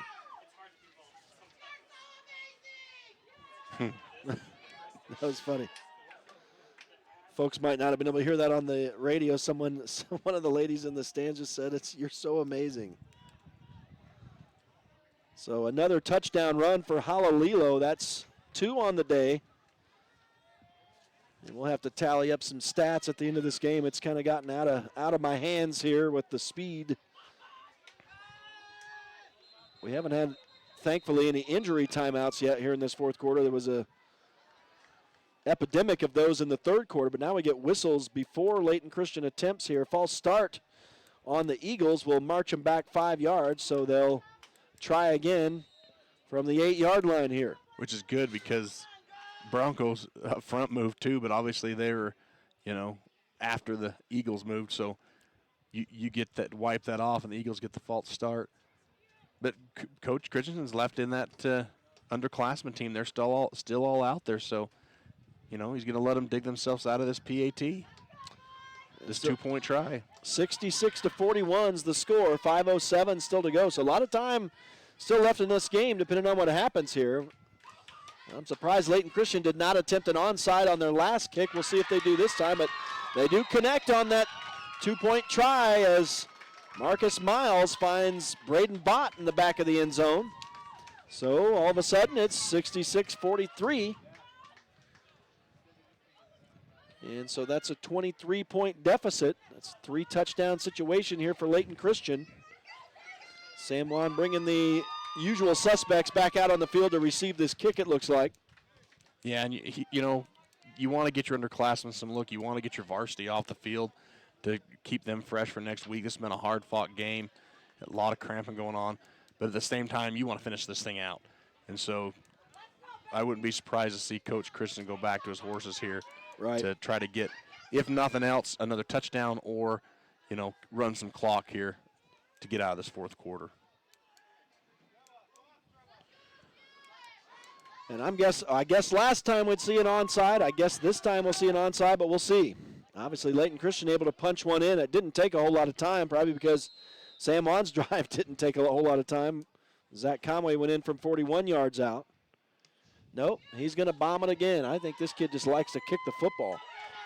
That was a sky-high kick, and now San Juan will have a chance to return, and all of a sudden, the seas just parted here, and a return out to the 35 for, I believe that was Jagger Neves. Am I right? Number 2? Negative? Was that 0? That was 0 again, but all right. I'm blind up here, I guess, looking through this screen that you were unable to remove. Yeah. Although you injured it a lot, you didn't get it out of there, but it's got a crack in it. It's in trouble. I'm not Tim the Toolman Taylor. I tried. I think we could have punched it out, but I didn't want to. Yeah, you could have gone through it. That's 92.7 to get a bill. That's all right. Yeah, and I don't know exactly how this works. I know Layton Christian folks have said they've got this place reserved for the season, so I guess technically it's their home field. I don't know exactly how that's working, but there's a nice duck-the-head run right there. And is that Jayton Knight, you saying? So he's in at QB now. Jayton Knight's coming to take over, so got the full underclassmen. This is really interesting. So that goes against what you thought, Art. Yeah. Really surprised. You're not wrong very often. Coach Christensen's confident in his second team. He wants to get him some time on the field, and he's got J.D. Palmer at the tailback position here, and Jayton Knight running quarterback. And Jayton's an athlete, and so is J.D., and so given some time and some reps, they could be as prolific as Zach and Parker. They just haven't had that field time that you need to get those, recognition. So good opportunity for them against a good defense. Yeah, and right now, obviously, it's the Broncos' responsibility to control the football, protect the football, and they can use the clock here, even though they're underclassmen. Well, there's a strong run, still battling, and being slung around back here is the San Juan running back. J.D. Palmer. So Palmer picks up 3 more yards, it looks like, so 6 yards on a couple carries. And so San Juan inching closer. It's a 3rd down and 3, so I think that must have been a 4-yard run for J.D. that time. And I like what Coach Christensen's doing. He's letting them huddle. He's letting them get in there and talk about it. All these underclassmen, well, not necessarily underclassmen. There's a lot of juniors and some seniors out there probably. But he's letting them talk in the huddle, calm them down, go up to the line of scrimmage, snap the ball, try to get this clock out. 3 minutes coming up. And, of course, they want to punch the ball into the end zone. Knight dials his own number. He's not going to get to the sticks, though, as he's brought down a couple yards shy. Looks like he picks up 1 on that run. So 4 yards on a couple carries, but it's not going to be enough. That'll bring up a 4th down and quite possibly a punting situation here with just under 3 to go. And I'm surprised we haven't seen a timeout from LCA. I would have thought that Coach Stowers would have called timeout here, and maybe he knows that he's down by 3. He's only got 2 left, right? He's used one of his timeouts for sure. But right here where you got him 4th, and probably San Juan's going to punt this ball. I don't see him going for it here with their JV on the field, but I would have thought timeout. I mean, you could have saved 40 seconds here. Yeah, allowing the Broncos just to run the clock here on them. You may see the Broncos call a timeout. Yeah, it doesn't look like they may call a play here. So San Juan does call the timeout. This comes with 2:24 to go in the game. The Broncos up 66-43, trying to close it out against the reigning 1A state champion Layton Christian Eagles. We're going to take a quick break. We'll be back out here to close this thing out. Stay with us. It is Friday Night Lights live from Ogden on Red Rock 92 and pictureitpalmer.com. At Energy Fuels, creating opportunities and participating in the local community is important to us. Thanks to our dedicated employees, we're safely producing critical materials that support cleaner energy sources and a better planet for future generations. Knowing that the youth of today will make great contributions tomorrow, we're proud to sponsor San Juan High School athletics.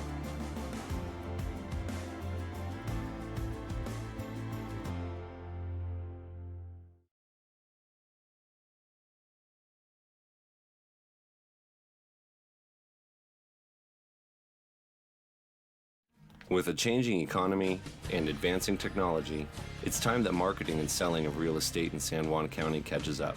Four Corners Homes and Property Management is changing the game. Every Four Corners Homes listing includes 3D mapping and virtual tours, professional photos, a digital and global 21st century footprint, and marketing exposure that makes it easy for buyers. Back live to Ogden, Friday Night Lights on Red Rock 92 and pictureitpalmer.com, and the Broncos go for it, and they get it in serious fashion here as number 3, Jake Ivins, carries the rock. And how much? That was a bunch of yardage there. That's 5, 10, 15, 20. That's a 21-yard run by my unofficial calculations. Jake Ivins with the run. So normally he would be a receiver, but well, I think they brought him around that end. He was lined up as a slot, and they bring him around. Did they do the shuttle pass? So that may have been a pass, actually, on the stat sheet. That's probably what that was. That's one of San Juan's traditional plays, so maybe I'll rule it that way. So if so, that would be Jayton Knight's first completion. And now they're going to go to the ground again. That shuttle pass again. Is that what that was? And so I'm looking down trying to get my stats right. And who did that go to there? That went to Bethea. So Bethea getting a reception. I've discovered I put Jayton Knight and J.D. Palmer on the Layton Christian sheet, so I'm all out in left field here. I'm lost. You're 4th down and 1 or 2 with your JV team out there, and you go for it. That's why he's a 2-time defending state champ coach right there. Yeah. So Bethea gets his first reception for 3 yards. Jayton Knight has a couple of completions now. And he takes a knee to that'll do her. Out. That'll do her. One more probably. You can hear the Bronco faithful on the far side of this field here at the Spence Eccles Sports Complex cheering on the Broncos. It's a long drive up here for those fans. It is. It's an impressive showing. I don't know what time those stands are full over there. That's a huge contingency of Bronco fans. And I think we're going to see that all year because, when there's only 3 home games this year, you got to travel if you want to see your team. That's right. Knight will down it one last time, and that'll do it. 21 seconds on the clock, so that's going to be enough time to let it run out. Victory formation for San Juan. That'll close her out. The final's going to be 66-43 here tonight.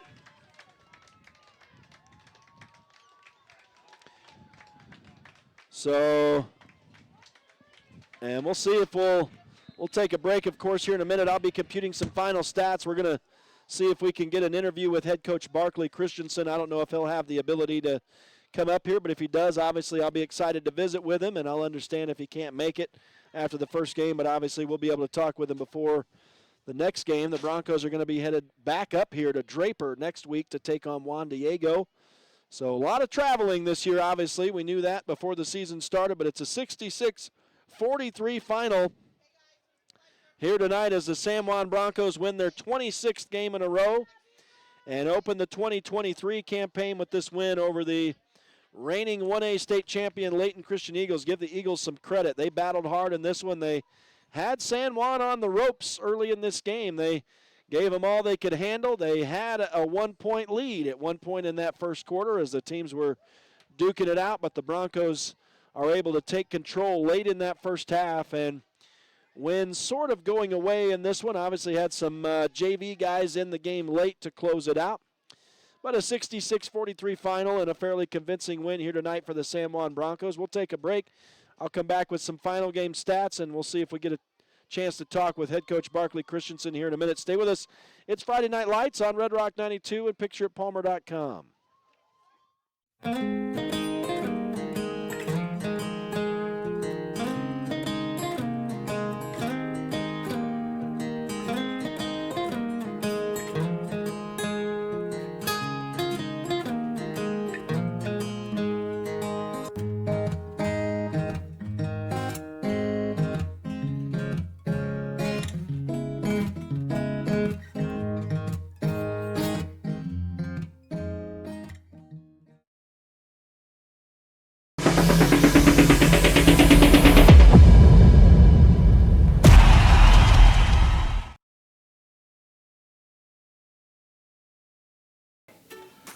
Hi, my name is Logan Monson. I am the mayor in Blanding. Youth, their families, and the well-being of our community is a big reason that I chose to serve in this capacity.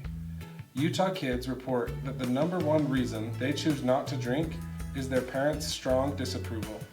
Here are 3 strategies that can help keep your child alcohol and drug free. #1, bonding. Stay close to your kids. #2, boundaries. Set clear rules and expectations. #3, monitoring. Who are your kids with? What are they doing? And when and where are they going? Let's support each other in helping raise strong and capable youth. Having those important no underage drinking conversations are crucial to a child's future success. Let's do this. We strive to exemplify our values of excellence, quality physician care, and inspired employees. Our family, caring for your family's good health. Blue Mountain Hospital. In 1957, Lyle and Clea Johnson founded Lyle Northern Electric. What began as a small business in their family home has grown into the prominent local company it is today, a third-generation owned and operated company. Lyle Northern Electric is honored to have served the people of San Juan County for the past 65 years and is a proud supporter of high school sports.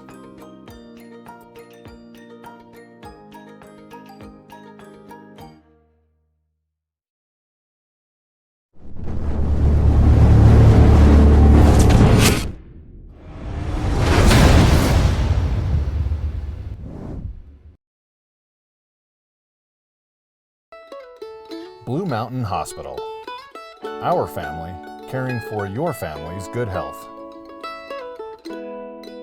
Our vision is to be the standard for rural hospitals. Our mission is to provide an atmosphere of excellence in healing, quality physician care, and inspired employees.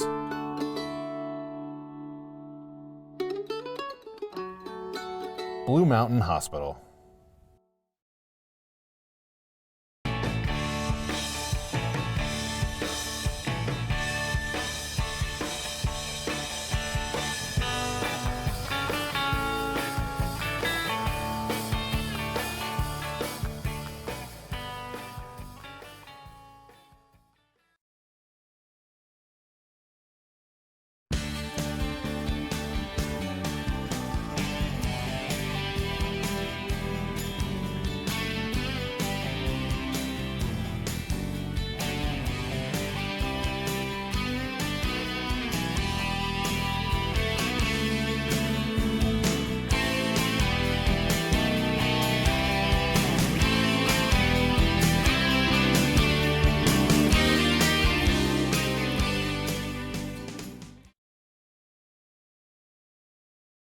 With a changing economy and advancing technology, it's time that marketing and selling of real estate in San Juan County catches up.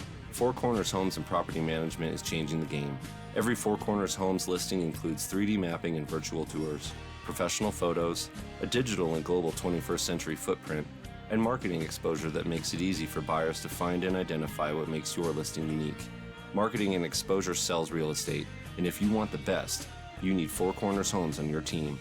Find us at fourcornershomes.net or call 801-404-0058.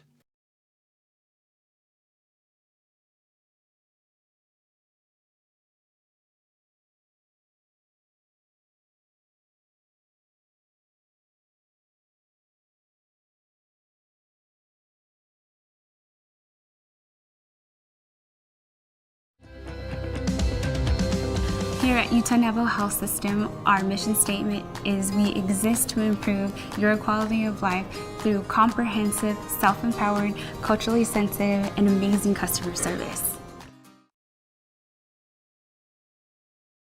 Compared to the vocational schools of the past, today's career and technical education courses span nearly every industry, including health science, business, digital arts, and computer science. CTE students learn valuable, real-world technical skills. The Spence Eccles Sports Complex in Ogden, Utah, the site of our Friday Night Lights matchup tonight, the first of the season on Red Rock 92 and pictureitpalmer.com. The first game of the season is in the books.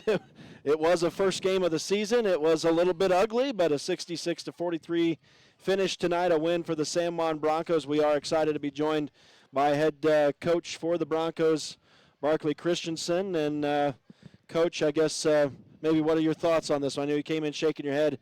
I mean, but you gotta figure it's the first game of the season. But I know you guys have pretty high standards, so I know it's semi-disappointing for you, just kind of the way it went tonight, maybe. Yeah, I mean, defensively, obviously, that's kind of, I mean, last year our defense stepped up when they needed to, and I guess I could say the same tonight. When we absolutely had to get stops, they got stops. But, yeah, we gotta obviously figure out ways to get keep points off the board on their side. But offensively was fun. We were rolling. Parker Snyder did what Parker Snyder does. Zach did well. The offensive line did great, and the receivers stepped into big roles. And, you know, they had some growing pains, but overall I think we scored just about every time we had the ball.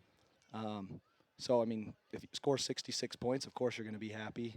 But I'm also the head coach, and 43 points on their side. You know, one of them was late with our young guys in, but still it shows on the box score 43 points. And we can clear that up. You know, if we get stops early, I think we're up 50-0 at halftime if we can get stops. So those are things we got to get done. And we talked to the preseason interview. These two teams will be different teams at the end of the year. This would possibly be a fun championship game. You guys had an exciting thing going on in that first quarter. I mean, the teams, you guys were just basically standing there hitting each other in the mush, back and forth with the touchdown. This Marcus Miles kid is a good quarterback and out of Farmington, and you guys kind of had your hands full with him. And and they were getting guys open behind your secondary. Is that mainly where the issues on defense were, or what were the issues, I guess, specifically on defense that you saw? I mean, he is a good quarterback, but there's a lot of good quarterback. We got to get pressure, and that's what happened last year against Emory when they put up a lot of those points. Teams that can throw and buy time, secondary's got to keep playing football. I mean, there's the one time it's third and – I mean, that was the frustrating part is most of their touchdown drives, there was a point in time where it was third and long or fourth and long. You got to get off the field, but you do that by getting pressure. We just got to put our mentality from offense and put it on defense. We have to dominate on both sides of the ball. And I thought we were there coming into the preseason, but they exposed us. And so, I mean, credit to them. It's not like they're a slouch team. I'm talking, bad like we just sucked and they sucked. And they're a good football team. They got kids, the Ellis kids going and committed to a Division I school. So, I mean, they got playmakers, but we got to figure out how to get pressure and make him uncomfortable. How much do you think first games are always kind of weird? How much do you think that plays into it here today? The weirdness, a little bit, but we had issues this summer. We thought we got it ironed out throughout fall camp with our defense, but a lot of those same issues reared their head again. So we just got to get really good at getting pressure. You think you have maybe a clearer picture of what you need to do on the practice field this coming week? Not right now, but when I watch the film, I think we will. Right. So on the bus ride home, we will, yeah. And you think some of the stuff is mental? Like I'm thinking back to that crazy play back here where Parker just had to take it upon himself. It seemed like the team really was cut way out of sorts for whatever reason on that one play, and Parker miraculously got a first down on that play. I know you'll look at that play. I mean, but, yeah, that was very uncharacteristic of you guys, obviously. That play we called no play. It was a dead play. Okay. And Parker told the linemen to block our speed option play. Zach and the receivers watched me signal the play of no play. So Parker catches the ball, and he's thinking he's running option because as we told the line, that's what he saw. So that was just bad on me, and that he made a play. There was supposed to be no play, so nobody was moving. Okay. But him in the line. So they made it work. So they did what they were supposed to do. Okay, that's good to know. I've never had a no play call go for 12 yards. Yeah, that was awesome. We thought that was actually pretty cool. He went for a first down. But you guys are obviously well conditioned. You're strong. I think that's a big factor. Obviously, you look at that first quarter and first half, and these football games are grueling. They're not 12 minutes long. They're not 24 minutes long. And I think you guys showed that in the second half. Who you guys are, how strong you are, how conditioned you are, how prepared. You didn't have guys going down with cramps like Layton Christian did basically all night tonight. So yeah, don't get me started on that. That's a tactic they finally got rid of in the NFL. Guys are getting fined for doing that. I gotcha. That's predetermined. I'm not going to go much more into that, but that's an interesting way to play football. All right. Well, obviously, you kind of go back to the drawing board a little bit this week. What are the things you're going to work on? What are you expecting from Juan Diego next week? What do you know you have to bring next week? So Juan Diego's a veer option team. They're just a traditional powerhouse football team, and so it's going to get physical again, but they're a downhill run team. You're not going to see the drop back pass and verticals. You're going to see a downhill run. We got to be able to stop the run, so kind of similar to our region last year.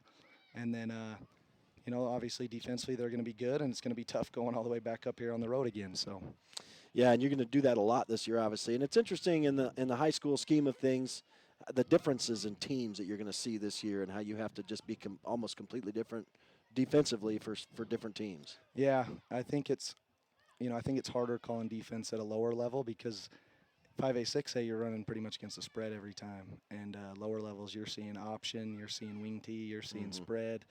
All of the above. So, yeah, and you have to we got to game plan a whole new defense for next week against Juan Diego. And you have to be well-rounded and knowledgeable as well. That's right. Yeah, you got to know the offense. So I heard you mention, obviously you got to have your guys play through the whistle, play through the drive, and not quit. Is that something you think now after this type of game there's a bit of an awakening? I know it's just fresh, an awakening where we need to obviously be better from here on out. Oh, yeah. I mean, you can't give up 43 points and expect to win. I mean, I guess last year the least amount of points we scored was 35. But, I'm an offensive guy, but that's not all right. That's not the identity that I want, is just to get into shootouts with every single team. But at the end of the day, you score enough points, you win games too. So, and that's what we do. That's 26 straight, and I'm gonna pat ourselves on the back a little bit as well because nobody's been able to stop us in 26 games. There you go. Are you guys driving home tonight? You got that long trip home to? Yep, 4 in the morning we'll get home. Kind of hang out and hopefully sleep a little bit maybe. Yeah, and then I'll be in my office at 9 to 10 a.m. Yeah, I was going to say maybe not with Juan Diego. Not looking at film on the bus, but wait till you get home, right? Oh, we can upload it on the bus. All right. On the bus. You are just a constant worker, I tell you, man. Yeah. Well, that's why you're a two-time, defending champion, and that's who you are, and I know you're serious and passionate about it. So I appreciate you. That's why you're fun to watch. Thank you. So, well, thank you for visiting, Coach. I know it's not the most exciting win of these 26, but it is a win, and you guys can move on and obviously know where to go from here. So. Yep, exactly. So we'll keep going. All right, we appreciate it. Appreciate you guys. Coach Barkley Christensen of the San Juan Broncos, his team beating Layton Christian tonight, 66-43 in the first game of the 2023 season. They're on the way home tonight on a long 5.5-hour drive home. I've got some final stats here before we close it out here tonight from the Spence Eccles Sports Complex in Ogden. And let's take a look at the Layton Christian Eagles first. Technically the home team here. This is their home field for this season. And Marcus Miles did have a pretty good game. He passed for, this is all unofficial, by the way, just what I kept during the game. And a lot of times it ends up being close. So 278 yards for him, 11 of 23 with 4 touchdown passes on the night. He did have the one interception, and he had one interception that was called back on a penalty as well. He also carried the ball for 70 yards on 14 runs, but he never punched the ball into the end zone, at least via the ground. The big running back tonight for Layton Christian, the sophomore, Trevor Halalilo. He had a pretty good game, too. Ended the night with 142 yards, 2 TDs, that's incorrect. 2 TDs and 1 fumble for him. And the receivers, of course, with 4 touchdown catches. Those were spread around quite a bit. A couple of them for Elijah Ellis, though, the Division I commit that you heard Coach Christensen alluding to there. 67 yards for him on 2 catches, and both of those were touchdown catches, a 60-yarder and a 7-yarder.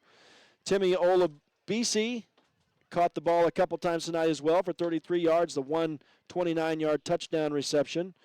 Braden Bott, the junior, had the most catches tonight. So he was the go-to target, 4 catches for 104 yards and 1 touchdown, a 25-yarder.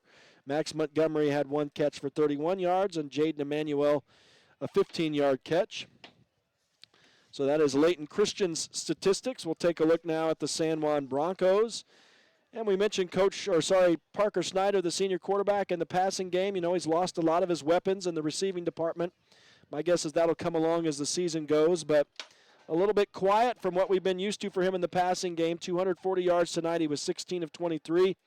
So he was well above 50%, where he was under 50% after one half. But he came into it a little bit in the second half. He did end up with 1 touchdown pass, the 89-yarder to Javen Montella, which was a beautiful play. Of course, Montella had another catch as well, but it went for negative yardage. So he ended the night 87 yards on the evening on 2 catches.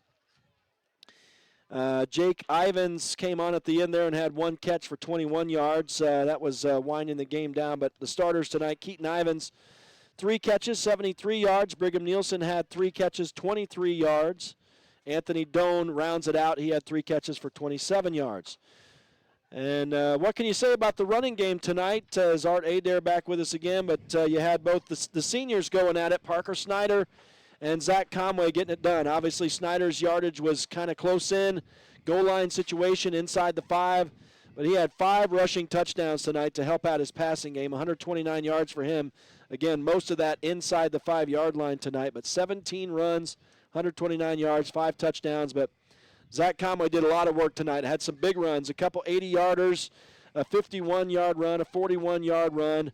One of the 80-yarders going for a touchdown, the 51 and 41-yarders going for touchdowns. So 300 yards unofficially for Zach Conway tonight, 3 touchdowns. He also caught the ball 5 times for 30 yards. I'd say maybe, I don't know, it's a toss-up between probably Zach and Parker on the player of the game here tonight for the San Juan Broncos. Jayton Knight came in relief tonight late in the game and completed both of his pass attempts for 24 yards. And he ran the ball twice for 4 yards. The Broncos ended with 437 rushing yards tonight and 8 touchdowns on the ground. So that was a large portion of their offense tonight. And that rounds out the stats for these two teams. And obviously not pretty. You know, you can obviously tell, Art, that Coach Christensen was not super excited about this win or super excited about the way his team performed tonight, but obviously he knows where to go from here. So, well, as a coach, you know, anytime you're going to take the win no matter what, but there's always things that you can do to improve. And Coach Christensen's always impressed me as the type of coach that he takes those things. He'll watch the film. I bet you he watches that film before he's watching by the time they get on the bus to get out of here. But he's going to take those things and he's going to learn from it. He's going to teach his team from it. And as we were walking up here for his interview, we were kind of talking about that, and that's what makes him, I believe, a next-level coach, is he's able to see those things and not just rest on, well, we got the win, let's go home, shake hands, and get out of here. He's going to say, okay, we got the win, here's what we did good, here's what we need to improve upon, and he's going to make those little changes. And we've seen it all last year and the year before, that he's willing to go from one game to the next and make little subtle changes to his defense, offense, special teams, whatever it is, that brings him out better the next week. And that's what makes him an elite coach. Yeah, and how many times have we said a championship team has to not only be able to adjust in the what you call it, microcosm, where it's during the game, where you got to be able to adjust and make adjustments for things that aren't going wrong, and or things that aren't going right. And I think we saw that tonight from San Juan at halftime. Obviously, halftime is a great time to adjust. You have a minute to reflect, a minute to talk. You've had the plans in your brain. You got to translate that to the team, and San Juan's defense was a bit better in the second half, I think, where they were struggling in that first half a little bit. And obviously early in the game, Layton Christian has a lot more gas, but you can't rely on the fact that you're going to be out conditioning a team all year long, especially once you get into the established 2A powers, the guys you're going to face this year. And obviously San Juan might not have necessarily the threats, but, you got teams like Emory and other teams like that who are going to threaten you this year, and you got to be able to perform. So they did a great job adjusting on the fly during the game, but also adjust, like you say, during the season. You have to do those things where you adjust from game to game as well. And San Juan has always been good at that, and it's been a huge part of how they've put together these two championships and look to do a third one again this year. And we talk a lot about, Coach Christensen as head coach and offensive coordinator, but he has built a staff at San Juan over the last 7 years that rivals any staff, I believe, in the state of Utah as far as coaching staff, top to bottom. They are really good at what they do. They're really good at teaching kids. They're really good at understanding how to correlate those things and teach them in practice. And so not just Coach Christian, but his whole coaching staff, all the way down to the guy that's filming, they know how to do their job, and they do their job well, and that's what brings a team that, continuity that makes them the championship team. So kudos to his assistant coaches and for all they're doing in the background, because I know sometimes the head coach, you get the praise and you get the, and when you're not doing good, you get the, the blame. But those assistant coaches, they're in there working hard too, and he's got some pretty dang good assistant coaches over there on that football team. But, how impressed were you with Miles, the quarterback from Layton Christian? Just phenomenal, I think. I sharp was, pace for him. And Barkley played that down a little bit, but he was a great quarterback. He impressed us both. I think their offense impressed us, and obviously they didn't have the longevity tonight, but I think that'll come as the season goes along, and these guys may be a threat. And it's pretty impressive for a team moving up from the 1A, losing a lot of pieces from last year, and to have guys like you talked about, numerous guys who are coming in for their first year of football. I think they were pretty impressive tonight. I think they're going to be a handful for a bunch of teams this year in the 2A. The one thing that Layton Christian did for the other teams in that first half is they showed them some keys that they're going to be able to use against San Juan's defense. And I'm sure San Juan's going to go back to the same thing and adjust to those like we talked about. And they'll fix some of those things so they won't look the same. But there are some things that other teams in the 2A ranks are going to want that film and say, hey, how did you go toe-to-toe Real with San Juan important for the first film. half? And what did you do that was successful that first half, and how can we build off of that? And I know that I used to talk to Rhett Mon, who coached basketball myself for years, and he was just so, you guys trade film with other teams? That's so foreign, because in basketball we don't do that, when he was coaching. I'm like, oh, yeah, you get 2-3 games sometimes and to prepare now. And so I guarantee you by the end of the night on Huddle Inbox, Layton Christian is going to have 4 or 5 requests for tonight's film so they can see how did you hang with this team in that first half. And I think that was my thought through that first half. I'm thinking Layton Christian was very well prepared offensively for the San Juan defense. I mean, it showed. They knew what they could do, I think, against this defense early in the game, and obviously San Juan adjusted. But they were prepared, and obviously when you return a lot, when you have the same team coming back like San Juan does, they don't change much. They're going to do what they've been doing. And so obviously, Layton, it's like Coach Christensen admitted in the interview there that, they exposed them. So they've got some things to work on. But, yeah, you're right. That'll be some valuable film for other teams. And San Juan's, got to clean up some things for sure defensively. Yeah, the passing game for San Juan, it's got to be something that stretches the field for the Broncos. And it did at points throughout the second half, but not to the extent that it has in the past. And so they want to go down the field deep. They want those big 80-yard passes, those, big touchdown over-the-top throws. And they got those big runs out of Zach tonight, and that really opened up. But to me, going into this next week, I'm trying to get my wide receivers a little more involved, trying to figure out how to maybe scale some stuff down to make them successful. Because really, if you're a run offense, you need that passing game to stretch the field for you. Because you may get a team that's a little better in the trenches than Layton Christian was tonight, and they were pretty decent in the trenches tonight for the most part. But you're going to need that passing game to complement your running game down the stretch. Yeah, I think you've mentioned that. I can't remember the exact phrase you've used, and you'll probably know, but it's you got to have it's a multi-tier attack or the two-headed animal or two-headed beast or whatever. You got to have both, and that's what's made San Juan successful these past couple years. And you can't lose that element. You got to have the passing and the running. And you can't just rely on Anthony Doan coming back as the only receiver from last year. Have some guys stepping up. Yep. These younger guys that even though they're seniors, the Pearson kid. They need the Ivans boys. They saw some good things from Keaton Ivans tonight. They got going towards the end, but they need to be that deep threat. And they need Parker to know that if he throws the ball up, they're going to go get that ball. Yeah, and that's the way it was last year for sure. All right, any parting thoughts, I guess, here as we close it out? We've talked a lot. So it's awesome. Everybody's gone but us. It's awesome to be back. It's great to be here. It was a long drive up, But, hey. We'll get used to it. That's what we're doing we'll be back this up here in Juan Diego next week. But it's worth it. This is fun. Football, if this doesn't get you excited, well, then you might want to just, grab some Twinkies and sit on the couch and watch some reruns. Hey, that actually sounds fun. So my family's here with me. They're kind of committed to making some trips. They're just tired of me just deserting the family for all this, especially this year with 6 major road trips. But maybe 2 games into it, my wife Abby's going to be like, never mind. We'll see you later on. You know what I'm saying? Yeah. This is grueling. Yeah, this is exciting stuff, crazy. Man. It is. It's cool. We got long road trips ahead this year, but it is fun when you're sitting at the games for sure. It's a lot of fun to watch some good football. So this was a knockdown drag out early on for sure. But all right, it was fun, Art. It's good to get the party back together. So, and I need you to give me a ride back to the hotel tonight anyway. So don't leave me here, man. Don't forget me. I'm your Uber. That's right. You're my Uber.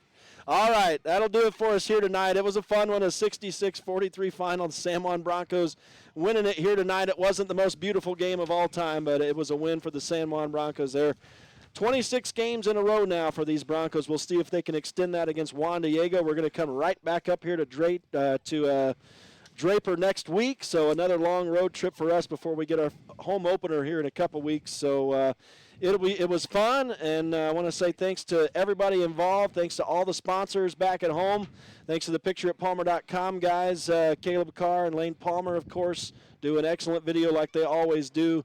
On behalf of Art Adair, I'm Rhett Sifford saying so long from the Spence Eccles Sports Complex in Ogden, Utah. We'll see you next week back in Draper against Juan Diego. Until then, have a great evening and a great weekend, high school sports fans.